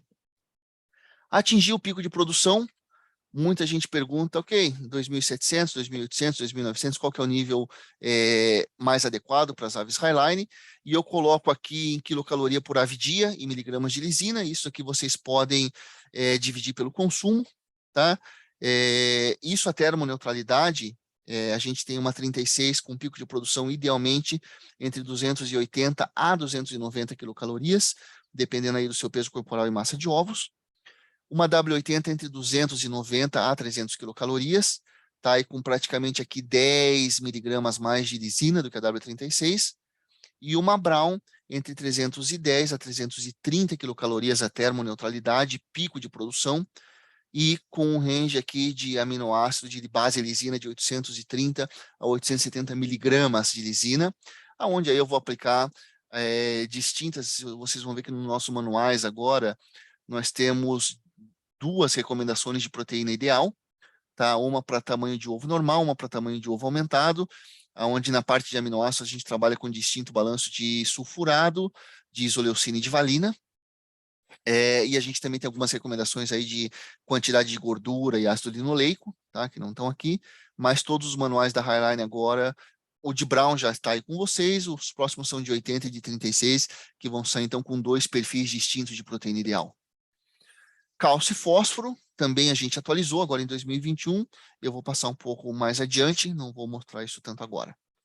Passou o pico de produção, para mim o foco é manutenção de reservas, fundamentalmente de cálcio e fósforo, mais de reservas corporais. Vocês vão notar que quanto mais persistente, menos eu posso baixar a energia da minha dieta. Então, a gente está ficando aí com consumo ou com requerimento de energia ave dia praticamente estável, quanto mais persistente as aves estão. Hoje, todas as genéticas aí já estão chegando a 70 semanas aí com mais de 90% de produção. Então, com isso, gente, a energia vai baixar cada vez menos. O consumo de energia é chave para persistência de produção. E vocês vão ver aí que o requerimento de aminoácido caminha um pouquinho mais paralelo à massa de ovos. Isso, obviamente, a gente sabe que quando você tem um consumo aqui de nutrientes, você tem muito mais utilização de aminoácido de maneira direta para a massa de ovos do que de energia. Energia fica um bom tanto aí, 40 e tantos por cento para manutenção, tá? Mas fundamentalmente, no pós-pico, para mim, o que é fundamental a gente prestar atenção no cálcio, no consumo de cálcio e na deposição de cálcio que a gente tem. Não vamos nos detalhes aqui, porque vocês sabem isso melhor do que eu. Vocês estão todo dia aí trabalhando com qualidade de casca, mas para mim o número que marca é esse, tá? De 100%. A gente sabe que esse balanço diário não é zero. Em alguns momentos do dia ele é positivo, em alguns momentos do dia ele é negativo, mas que numa média diária, não mais do que 2,5% da ingestão de cálcio vai para cálcio dentro do osso medular. Tá? Então, isso é uma rótula bastante limitada, o que significa que se eu descuido e vou perdendo reservas dentro dos ossos medulares, e essa rota é limitada, a única maneira de eu voltar a ter cálcio dentro do osso medular é o quê? Parar a produção, que é o que muda. Tá? Então, a gente sabe muito bem. Ferrou a qualidade de casca, gente, já é tarde. Tá? A qualidade de casca é prevenção e qualidade de casca é sempre um balanço mais ou menos, mas é um balanço negativo. A partir do momento aqui que minha qualidade de casca está comprometida, realmente não tem muito mais o que fazer além de muda, tá? Então vamos prevenir, tá? Eu gosto muito de deixar claro para os nossos clientes em comum aqui, para os produtores, que a ave é tão eficiente que ela vai diminuir o cálcio do osso cortical para manter do osso medular. Por isso que quando você faz um trabalho mal feito com cálcio e você começa a ter problema de casca, em muitos casos, imediatamente após, você já começa a ter problema de fadiga de gaiola, porque as aves, obviamente, estão tirando cálcio aqui do osso cortical para se manter. E ele é um animal tão eficiente que se eu pensar em osso medular, eu tenho 1.500 vezes para eu fazer 480 ovos, 470, 480 ovos, 1.500 vezes a retirada diária de cálcio ou 150 vezes as reservas de cálcio do esqueleto para fazer 480 vezes. O animal não avícola mais eficiente para utilizar cálcio para produzir alimento é a vaca de leite, que é de 10 a 12 vezes. Tá? Então, você vê que a galinha é um bicho fantástico para utilizar cálcio para produzir o alimento que é o ovo. Tá? Então, essa rota tem que ser preservada. Tá? Uma pergunta que eu faço para vocês, já que o ovo é tão importante, já que o cálcio é tão importante, já que a casca é tão importante, quanto de ovo avelojado a gente aumentou em 15 anos, e a gente viu ali que em 5 anos a gente aumentou aí de 15 a 20 ovos, então você pode triplicar isso. E quanto de tamanho intestinal aumentou no mesmo período e praticamente nada ou até diminuiu porque as aves são um pouco menores. Então isso é para a gente fazer um paralelo de qualidade intestinal. Tá? A gente viu que quanto mais alta a produção, mais eu tenho que manter alto os meus níveis de energia, meus níveis de aminoácido. Então dentro da mesma área, eu tenho muito mais nutrientes passando por muito mais tempo. Ou por muito mais dias, por muito mais semanas. Então, assim, se a qualidade intestinal na ave antiga era importante, na ave moderna é fundamental. Se eu tenho um probleminha intestinal, eu tenho muito menos oportunidade de absorção de nutrientes, e a primeira coisa que se perde é mineral. Se eu tenho má qualidade intestinal, a absorção de mineral é comprometida muito rapidamente e eu começo a ter qualidade de casca. Tá? Qualidade intestinal, a gente sabe que fundamentalmente começa com precisão, com digestão completa dos nutrientes. A falta de nutrientes, obviamente, eu comprometo produção de ovos, eu prometo qualidade de casca, mas o excesso de nutrientes eu comprometo qualidade intestinal. Então, formulação de precisão é fundamental. Níveis de proteína em excesso são problemáticos. Então, o balanço de aminoácidos, a proteína ideal, a utilização de enzimas exógenas, entre outros aditivos, para mim é fundamental. Vocês que me conhecem sabem que eu defendo a utilização de enzimas como nunca, a utilização de aditivos, eu acho fundamental. A gente falou um pouco da fibra insolúvel, a gente sabe dos resultados dela, especialmente a gente sabe também que é associado com treonina, com níveis acima de 74% a 75% de treonina em relação à lisina, tem resultados em qualidade de velocidade intestinais bastante interessante. Lembrem que isso é um órgão imunológico também. E o tamanho de partícula que a gente falou, então, a partir de 6 semanas, que a ave já consuma a granulometria da ave adulta, 900 a 1.200 microns, já a partir de 6ª semana, vai nos ajudar bastante com o desenvolvimento do trato gastrointestinal aqui, tá? Caminhando, gente, um pouco para a parte final já, qualidade de casca. Como eu disse, hoje a gente sabe que espessura de casca não é sinônimo de qualidade de casca. Eu gosto de fazer um paralelo de uma ponte, tá? Então, se você está com um carro parado no trânsito, numa ponte, e passa um ônibus do seu lado, o que acontece é que aquela ponte balança para cima e para baixo e não quebra. Por quê? Porque ela é flexível. Se eu tiver uma estrutura que é bastante sólida, mas não é flexível, ela vai quebrar, ela vai trincar. Se eu tenho uma espessura, uma estrutura que é um pouco menos espessa, mas é flexível, eu vou ter uma situação quase como um amortecedor de carro. Esse ovo leva uma pancada aqui, ele se flexibiliza até certo ponto, e essa membrana, que está muito bem aderida aos cones mamilares aqui, ela vai se flexibilizar, essa casca vai se flexibilizar e não vai quebrar, tá? Por isso que quando a gente faz a seleção para resistência dinâmica, onde a gente avalia a presença desses buraquinhos aqui, ou esses espaços entre cone mamilar e membrana, isso gera um som um pouco distinto, você eliminando essas aves, o que acontece? Essa ave, se ela tem muito espaço aqui do cone mamilar, se ele tomar uma pancada aqui, esse cone mamilar desce igual uma agulha aqui para baixo e rasga essa membrana, e aí essa membrana é onde a gente começa a ter aquelas porosidades no ovo, né? E aqui é onde começam as microtrincas, que acabam evoluindo para uma macrotrinca e para um ovo trincado. Então, se eu tenho uma seleção aqui eficiente, significa que eu não preciso de uma casca tão espessa para eu ter um ovo de boa qualidade. O ovo que, especialmente quando você tem impacto ovo a ovo, e não ovo a estrutura sólida, ele é muito mais flexível se eu tenho essa membrana aqui bem desenvolvida e se eu tenho uma genética que tem os cones mamilares bem aderidos à membrana interna da casca, tá? O que vai impactar isso? Vários fatores, enzimas, vocês sabem melhor do que eu, formas distintas de cálcio, tá? Os citratos, os pidolinatos, os acetatos, as formas de metabolitos de vitamina D3, especialmente quando minha qualidade hepática está comprometida, seja 25, seja um alfa, probióticos, prebióticos, os pós-bióticos que a gente tem visto agora, todos são efetivos, ácidos orgânicos, fitase, me surpreende ver que ainda existem empresas que não utilizam fitase, a questão dos minerais, microminerais, especialmente aqui se a gente tem minerais em forma orgânica, que eu sou bastante também favorável a essa utilização, mas especialmente ferro, zinco, cobre, manganês e selênio, que nos ajudam muito com essa elasticidade dessa membrana, nos ajudam bastante, tá?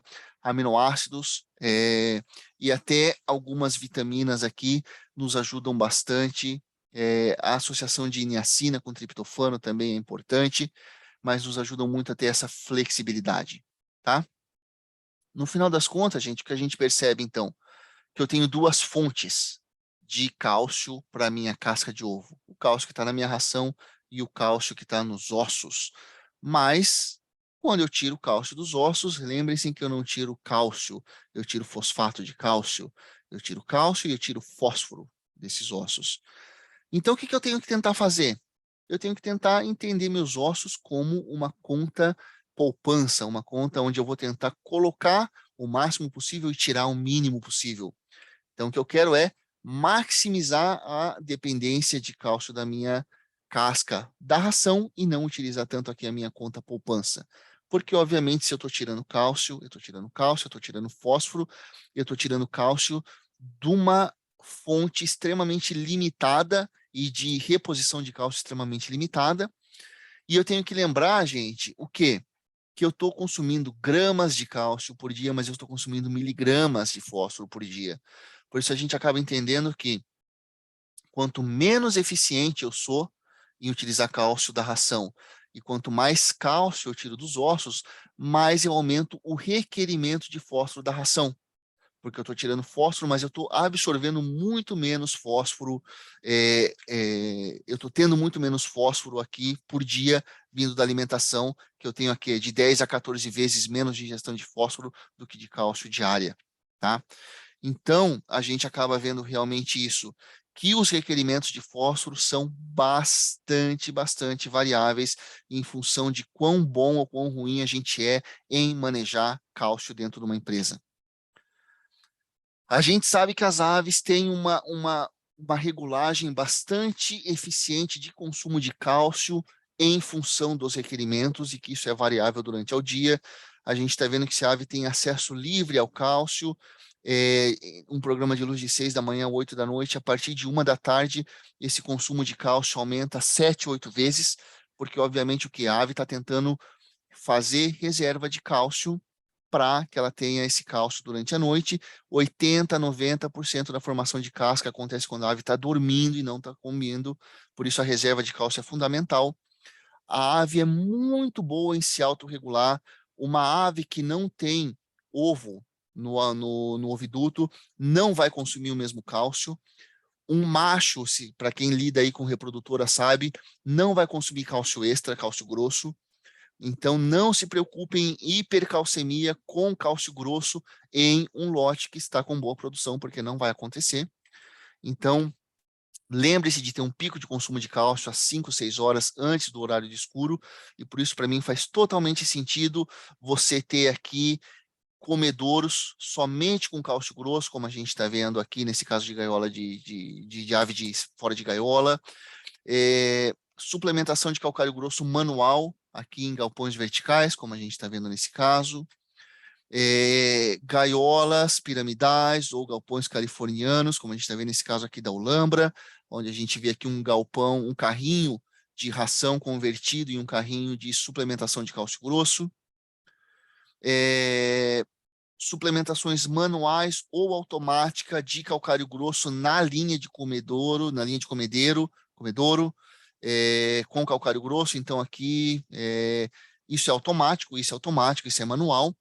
2 horas da tarde, isso daqui abre manualmente ou isso abre automaticamente. Toda a ração que vai para dentro do galpão vai com uma quantidade extra de calcário grosso. Tá?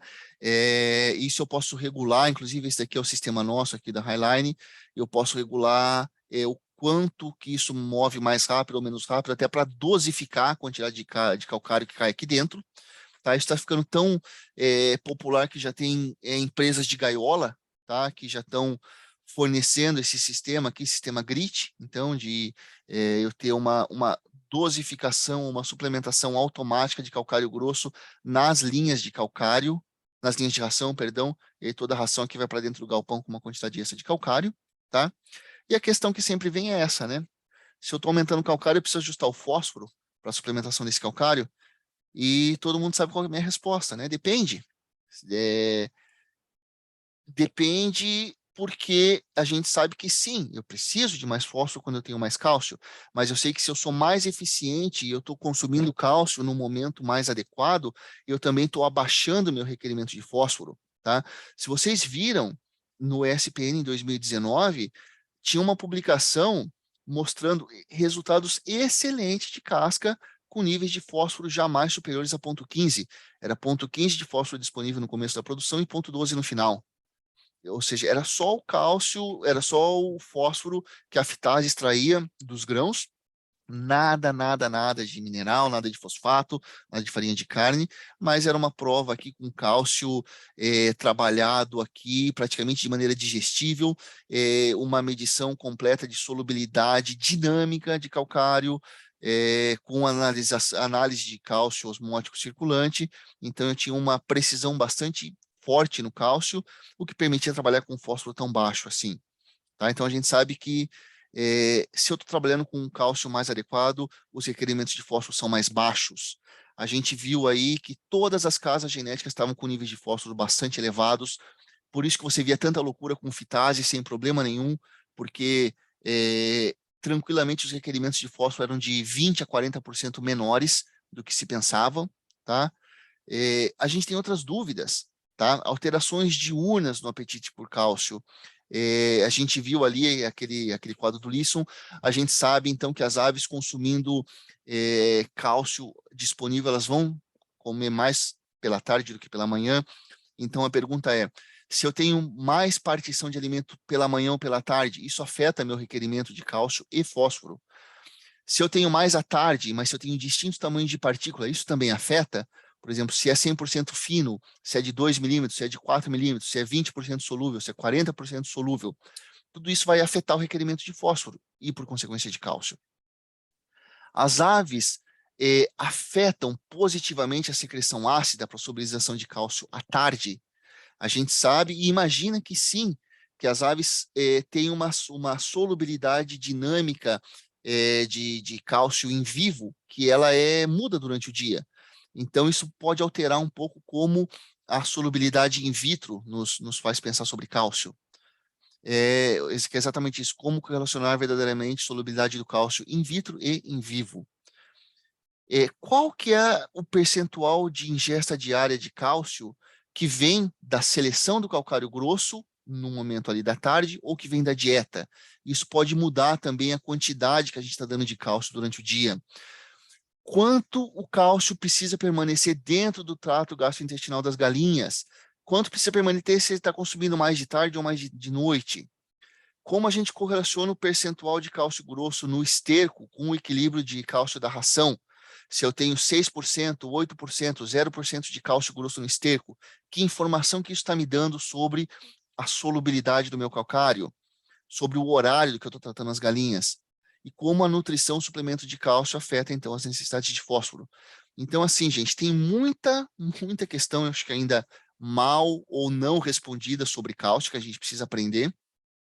Acho que isso é um dos motivos que a gente ainda não tem tabelas de cálcio digestível, como a gente tem de fósforo, mas por isso eu digo que assim, ninguém tem uma certeza absoluta do que é o metabolismo de cálcio de uma ave poedeira nas 24 horas do dia, pelo menos, tá? Isso muda, isso é dinâmico, mas o que a gente viu é que sim, quando a gente testou de 100% até 40% menos de cálcio e fósforo nas nossas aves, a gente viu que os melhores resultados de qualidade de casca estavam em 100% do cálcio, mas menos 20 a menos 40% de fósforo nas dietas. Por isso que sim, a gente baixou as recomendações dos nossos manuais, não só por causa desses experimentos, mas a gente fez uma revisão bibliográfica bastante intensa aqui, mais de uma centena de trabalhos buscando aqui requerimentos de fósforo. A gente analisou os níveis que os nossos clientes estão utilizando nos distintos países, inclusive bastante análise de Brasil. Aqui a gente está vendo W80, mas teve muita coisa de Brown do Brasil que veio, de W36 do Brasil, que veio aqui para a gente entender o que os clientes já estavam utilizando, e a gente reparou que sim, a grande maior parte dos nossos clientes já utilizavam níveis inferiores ao manual. A gente aproveitou para fazer uma revisão de digestibilidade, tá? De diversos autores aqui, e com isso a gente trouxe em 2021 as novas recomendações de cálcio, fósforo disponível e finalmente fósforo digestível, agora de maneira comum para Brown, Pink e Silver Brown e de maneira comum para 36, 80 e Sônia. Então, se vocês olharem aí os manuais da 36 e da 80, vocês vão ver que a tabelinha de cálcio e fósforo aqui é a mesma, tá bom? Fizemos algo similar com aminoácidos, tá? Aqui uma revisão de metionina cistina, que a gente ficou bastante feliz de ver que estava bastante próximo. O nosso manual estava praticamente aqui no meio, né? O ótimo aqui dessa análise era de 750 a 760 miligramas, e o nosso manual de Brown está em 755. Fizemos uma revisão interna aqui das dietas dos nossos clientes e dos nossos distribuidores, e chegamos aqui também num ótimo bastante similar, 750 a 760.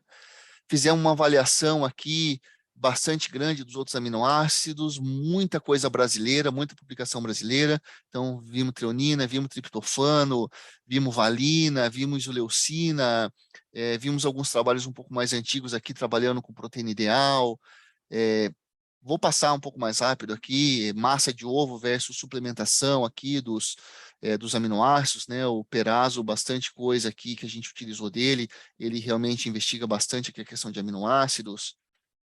Vamos passar um pouco mais rápido. E com isso a gente saiu, então, com as nossas tabelas aqui, 2021, 2022, de proteína ideal. Então, aqui está econômica, aqui está de ótima ou de peso de ovo elevado. Então, isso saiu em 2021 e todos os manuais já estão saindo dessa maneira.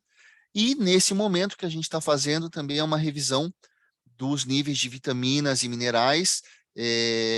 A gente tem trabalhado um pouco aí mais próximo com a DSM. A DSM também está trabalhando aí, está para lançar agora na próxima semana as linhas novas de OVN. Inclusive vai sair já o manual novo da Highline, vai sair, na verdade, primeiro nas referências de OVN do que no próprio manual da Highline.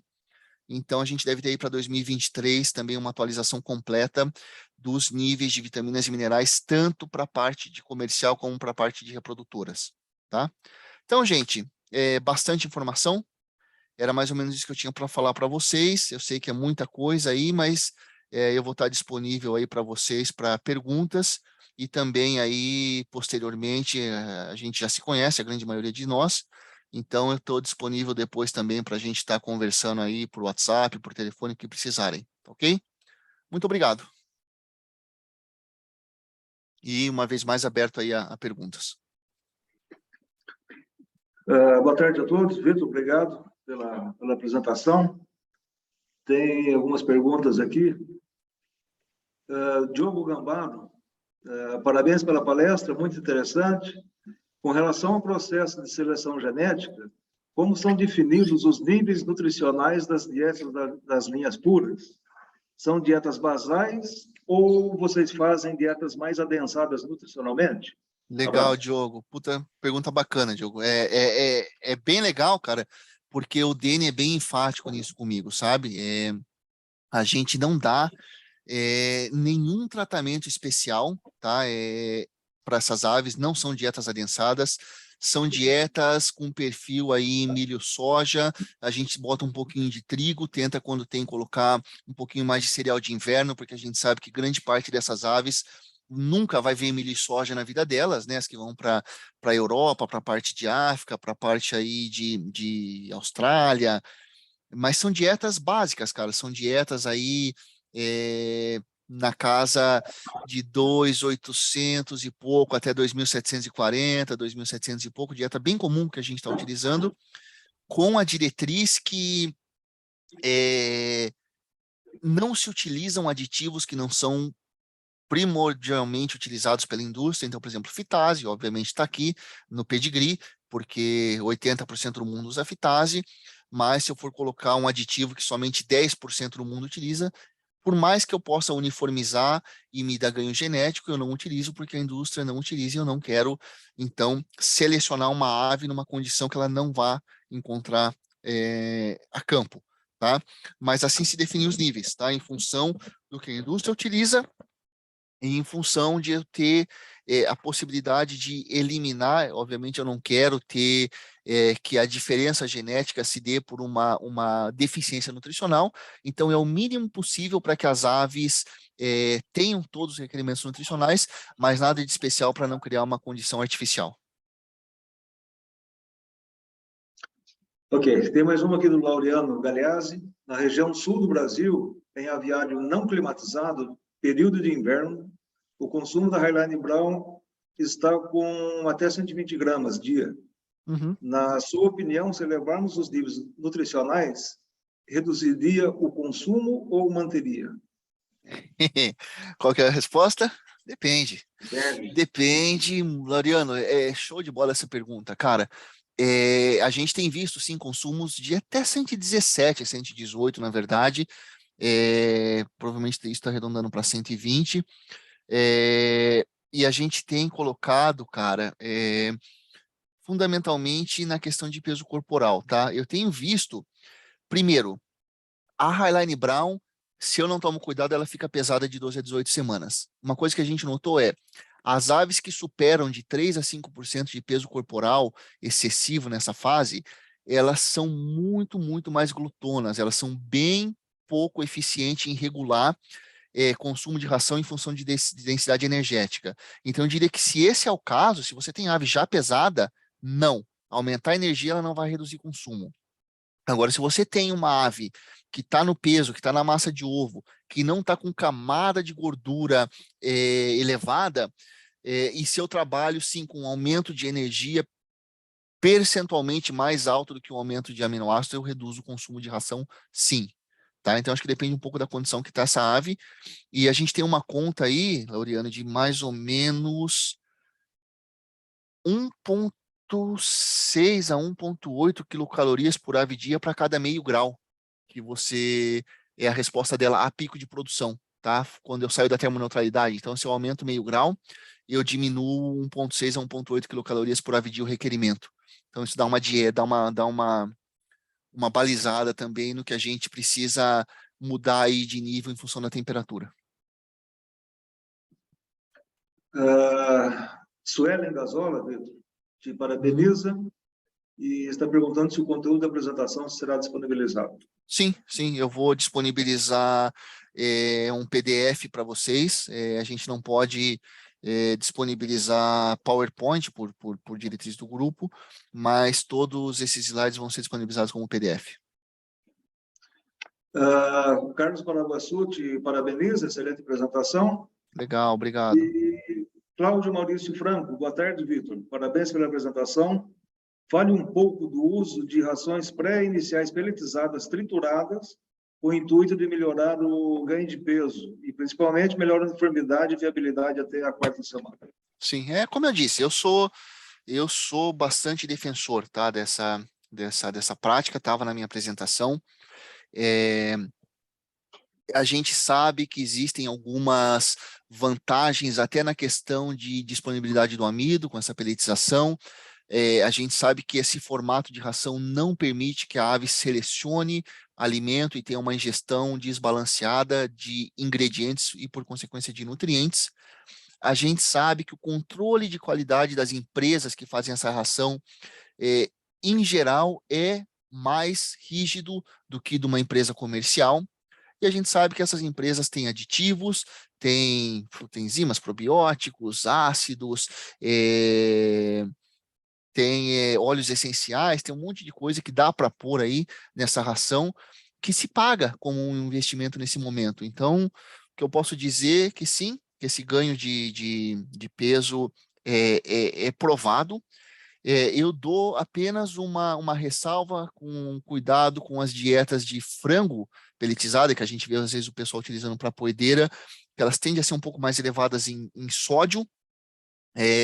As poedeiras são menos reativas a nível de sódio em relação ao consumo do que frango, e ela pode acabar bebendo um pouco mais de água, ou dependendo até do nível de sódio que tem, você pode ter até alguns problemas renais aí, mas tirando isso, esse nível de sódio também funciona muito bem, os níveis de aminoácido e energia para frango na poedeira funcionam muito bem na peletizadinha, e meu ganho, na minha opinião, o principal ganho está aí não só em peso, mas em uniformidade. Esse é o grande ponto para mim.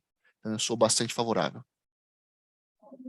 Ô, Vitor, poderia comentar alguma coisa? Isso é um pedido meu. Sobre níveis mais altos de proteína também, tomar cuidado com o comportamento de ave, né? A gente já viu, Sim, já teve exemplos aí. a gente viu, Marcelo, junto isso, ave louca, por isso que a gente assim deixa no manual somente como referência a quantidade de gramas de proteína por ave dia. A gente nunca explorou, como algumas empresas estão explorando, proteína digestível, a gente sempre foi mais para o lado de aminoácido, e é o que acontece realmente, né? A gente vê que para eu atingir, por exemplo, meus 830 miligramas ali de lisina com 90% de sulfurados e vai indo toda aquela proteína até os 88, 90% de valina, se eu vou com 3 ou 2 aminoácidos, eu preciso de 19% de proteína. Se eu vou com 4 aminoácidos, eu vou com 16% de proteína para atingir o mesmo. Eu tenho fórmulas que a gente trabalha ali balanceando os 11 aminoácidos na Ásia, e que eu tenho aí 7 aminoácidos sintéticos, eu trabalho com 12% de proteína. Então, o que acontece? Quanto mais proteína eu tenho, que você tem essa diaminação de nitrogênio, mais a ave vai ficando agressiva, mais ela vai ficando ativa, mais ela vai ficando irritada. E isso gera não só problemas ali de mortalidade, de comportamento, até problema de ingrediente não digerido e enterite, mas também até mais gasto energético da ave que está pulando e correndo para um lado para o outro, né? Então, realmente não é. Eu não sou muito favorável de trabalhar com proteína muito elevada, não. Eu gosto mais de balancear os aminoácidos, trabalhar com sintético e proteína mais baixa. Ok, Vitor. Tem uma pergunta aqui do Bruno Guastari. Boa tarde, parabéns pela palestra. Por até quanto tempo poderia deixar as aves sem ração para a limpeza dos comedouros e qual seria o melhor período? Brunão, legal, cara, pergunta. Sem fornecimento de ração vai depender do tamanho linear que você tem, né? E da temperatura e da densidade. Eu tenho visto, cara, em gaiola com poucas aves, às vezes 4 horas, 5 horas são necessárias para ela limpar. Em gaiolão, às vezes, eu vejo que em 2 horas e 1 hora e meia está limpo. Eu acho que depende muito da quantidade de ave que você tem ali por metro linear de comedouro, da densidade e da temperatura. Mas eu tenho visto entre isso, entre 1 a 4 horas, mais ou menos, tá? E o horário, para mim, cara, fundamentalmente, a gente quer tratar essas aves, se eu tenho, ou se eu não tenho, melhor dizendo, estresse calórico, eu quero que essas aves comam mais alimento à tarde pela questão da distribuição de cálcio. Então, eu faria o quê? 1 a 2 tratos ali de manhã, né, para as dominantes e dominadas terem capacidade de comer, e ali eu já começaria meu jejum, cara. Faria ali as 4, 5 horas de jejum e voltaria tratando com mais frequência depois do almoço, para que eu tenha, então, pelo menos aí uns 60, 65% do consumo de ração à tarde, tá? Agora, isso, obviamente, se complica um pouco se eu tenho estresse calórico. Aí você tem que mais manter a ave viva e produzindo do que pensar em qualidade de casca, né? Vitor, Flávio Ruiz, te parabeniza pela apresentação, disse que é bem completa. Você falou da importância da manutenção da qualidade intestinal. No Brasil, estamos na iminência de perdermos mais alguns promotores. Uhum.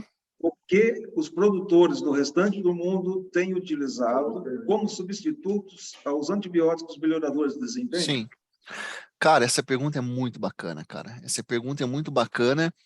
E assim, sabe, Marcelo, para mim, essa hora é a hora que eu vejo que a gente tem que ser parceiro, a genética e a nutrição, e conscientizar o nosso produtor. Primeiro, não é uma questão unicamente de produto.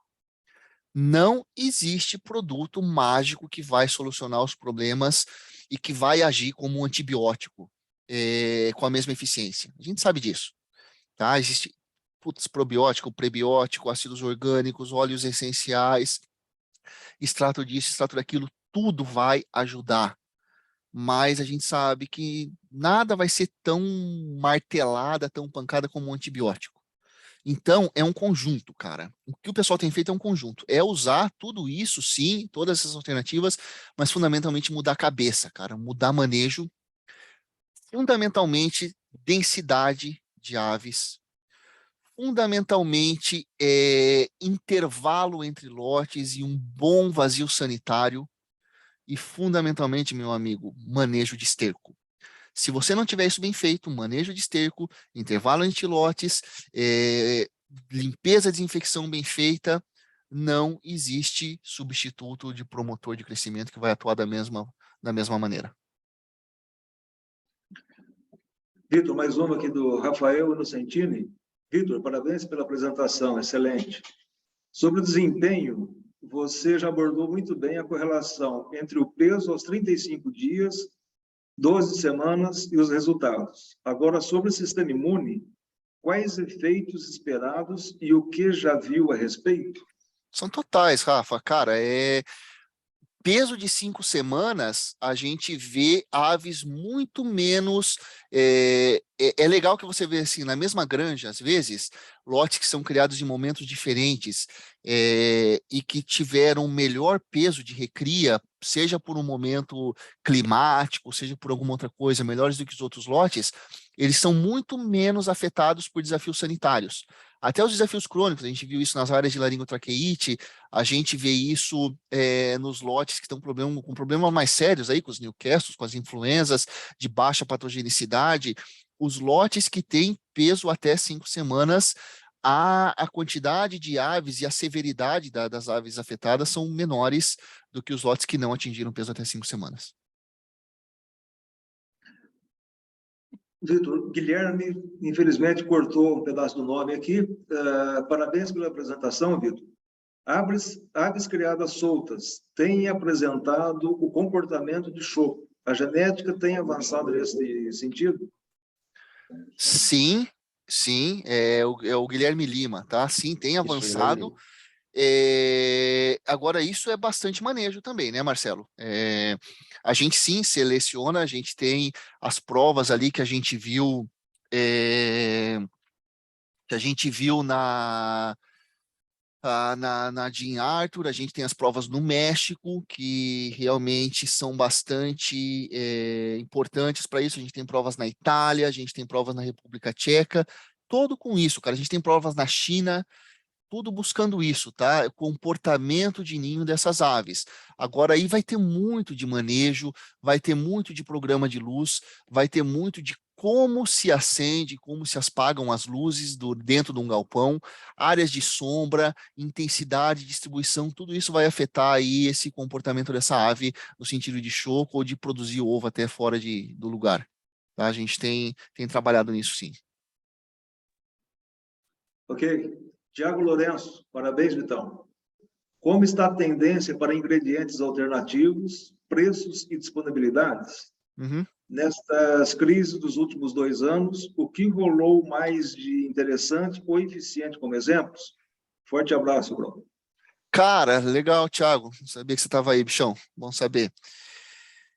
É o tema do momento, né, cara? É o tema do momento, ingredientes alternativos. Por sinal, na próxima, agora em setembro, a gente está com um webinar exclusivo sobre esse tema, tá? Fontes de proteínas alternativas, tá? Onde a gente vai abordar distintas fontes de proteína, a gente vai, de ervilha, de DDGS, de fontes de amendoim, de fontes de fava, fontes de girassol, inseto, cara, que mais? Glútens, DDGS de arroz, DDGS de trigo, uma série de ingredientes aí que a gente pesquisou e que a gente fez um comparativo aí em termos de disponibilidade, preço, consistência entre fontes, fatores antinutricionais.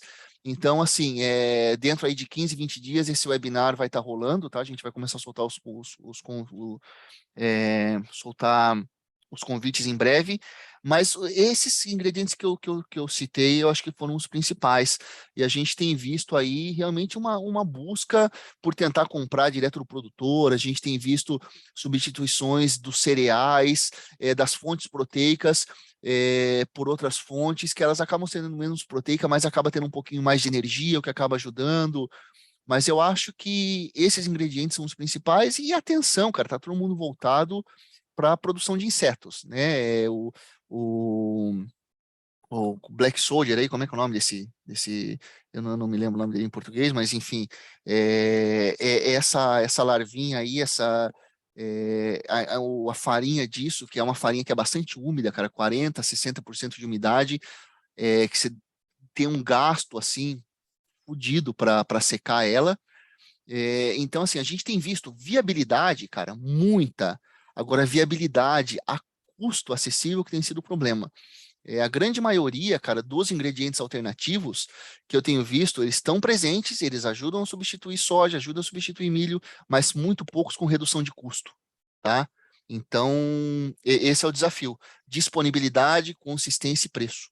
Mas tem muita coisa vindo aí, cara. A gente vai ter um webinar específico sobre isso em 15 a 20 dias. Vitor, Marcelo Barbosa fez uma observação aqui. Aves modernas necessitam de melhor ambiência e temos visto uma evolução nesse sentido. ambiente controlado, dark house e profissionais capacitados e que realmente entendam como pilotar, né, essas novas tecnologias tem evoluído, vamos dizer, e quais são suas recomendações, comentários e tendências? Legal, cara. Sim, eu concordo, cara. As aves modernas necessitam de melhor ambiência, a gente viu aquilo, cara. Quanto mais persistência, mais requerimento elevado eu tenho, menos margem para erro eu tenho. E quanto mais, vamos colocar a palavra certa, quanto mais cagada eu faço, mais eu prejudico essa ave, porque as margens são menores. Então, sim, qualidade, ambiência, esses ambientes controlados têm sido a realidade. Eu acho que nessa crise em especial que a gente está vivendo aí pós-pandemia e durante a pandemia, muita gente que estava olhando para um lado talvez um pouco mais de bem-estar e sistema alternativo voltou a olhar mais para a questão de eficiência e custos, tá? Eu vejo pelos Estados Unidos a velocidade de conversão de sistemas convencionais para alternativos diminuiu muito. Europa diminuiu muito, alguns países estão voltando atrás em algumas exigências, seja em termos de sistemas ou de nutrição. Então eu vejo que sim, a coisa está caminhando por uma coisa mais moderna, para equipamentos mais complexos e realmente aquele perfil antigo que a gente conhece de granjeiro, que faz um pouquinho de tudo e que maneja mais ou menos um pouquinho de tudo, vai ter cada vez mais espaço para um produtor profissional. O Raiver Alves te parabeniza pela palestra e te pergunta, você acredita possível modular a resposta produtiva de uma poedeira moderna em função da mudança do perfil de ácidos graxos? Cara, eu acho que sim, cara. E tem publicação nesse sentido, né? Mostrando que pode ser feito. E, na verdade, a gente vê não só do perfil produtivo, mas existe até alguma coisa em função de perfil de qualidade de ovo, perfil de sólidos em gema, bastante isso em função do perfil de ácidos graxos.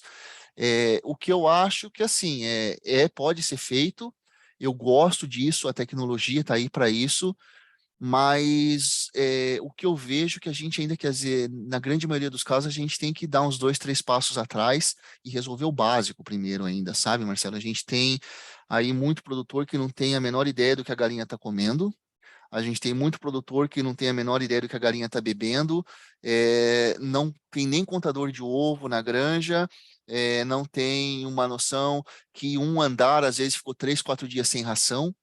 Então, eu acho que assim, aproveitar que o Thiago está aí, né? Fazer o básico bem feito, né? O ótimo inimigo do bom, né? O nosso amigo dos ditados aí.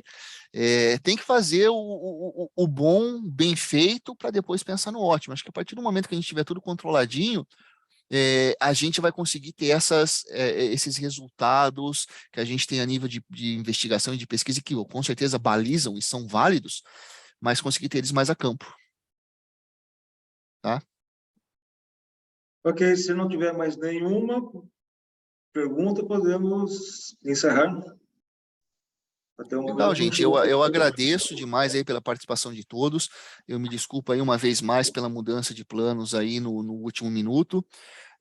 Agradeço Marcelo, Júlio, Glauco, o Marcelo Barbosa, Carolina Botelho, todo o pessoal que está aqui, mais o pessoal da Highline do Brasil aqui, o Bruno, o Julião, que está todo mundo aqui pelo apoio na realização disso. Faço ênfase que submetam resultados, submetam reclamações, submetam todo tipo de informação, que as informações são válidas, tá?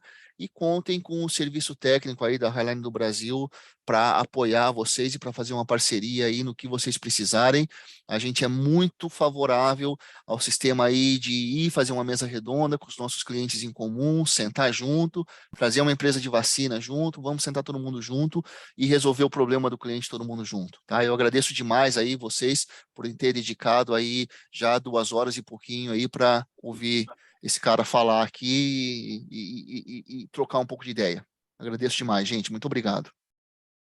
Glauco, alguma observação a mais? Não, só agradecer o Vitor mesmo, A apresentação foi muito boa. E se tiver mais nada, a gente já pode encerrar. E os nossos convidados, claro, né? Isso aí, gente. Tiveram Eu bastante agradeço, gente aí. então. A gente não tem, vamos Muito até bom. parar a gravação aqui.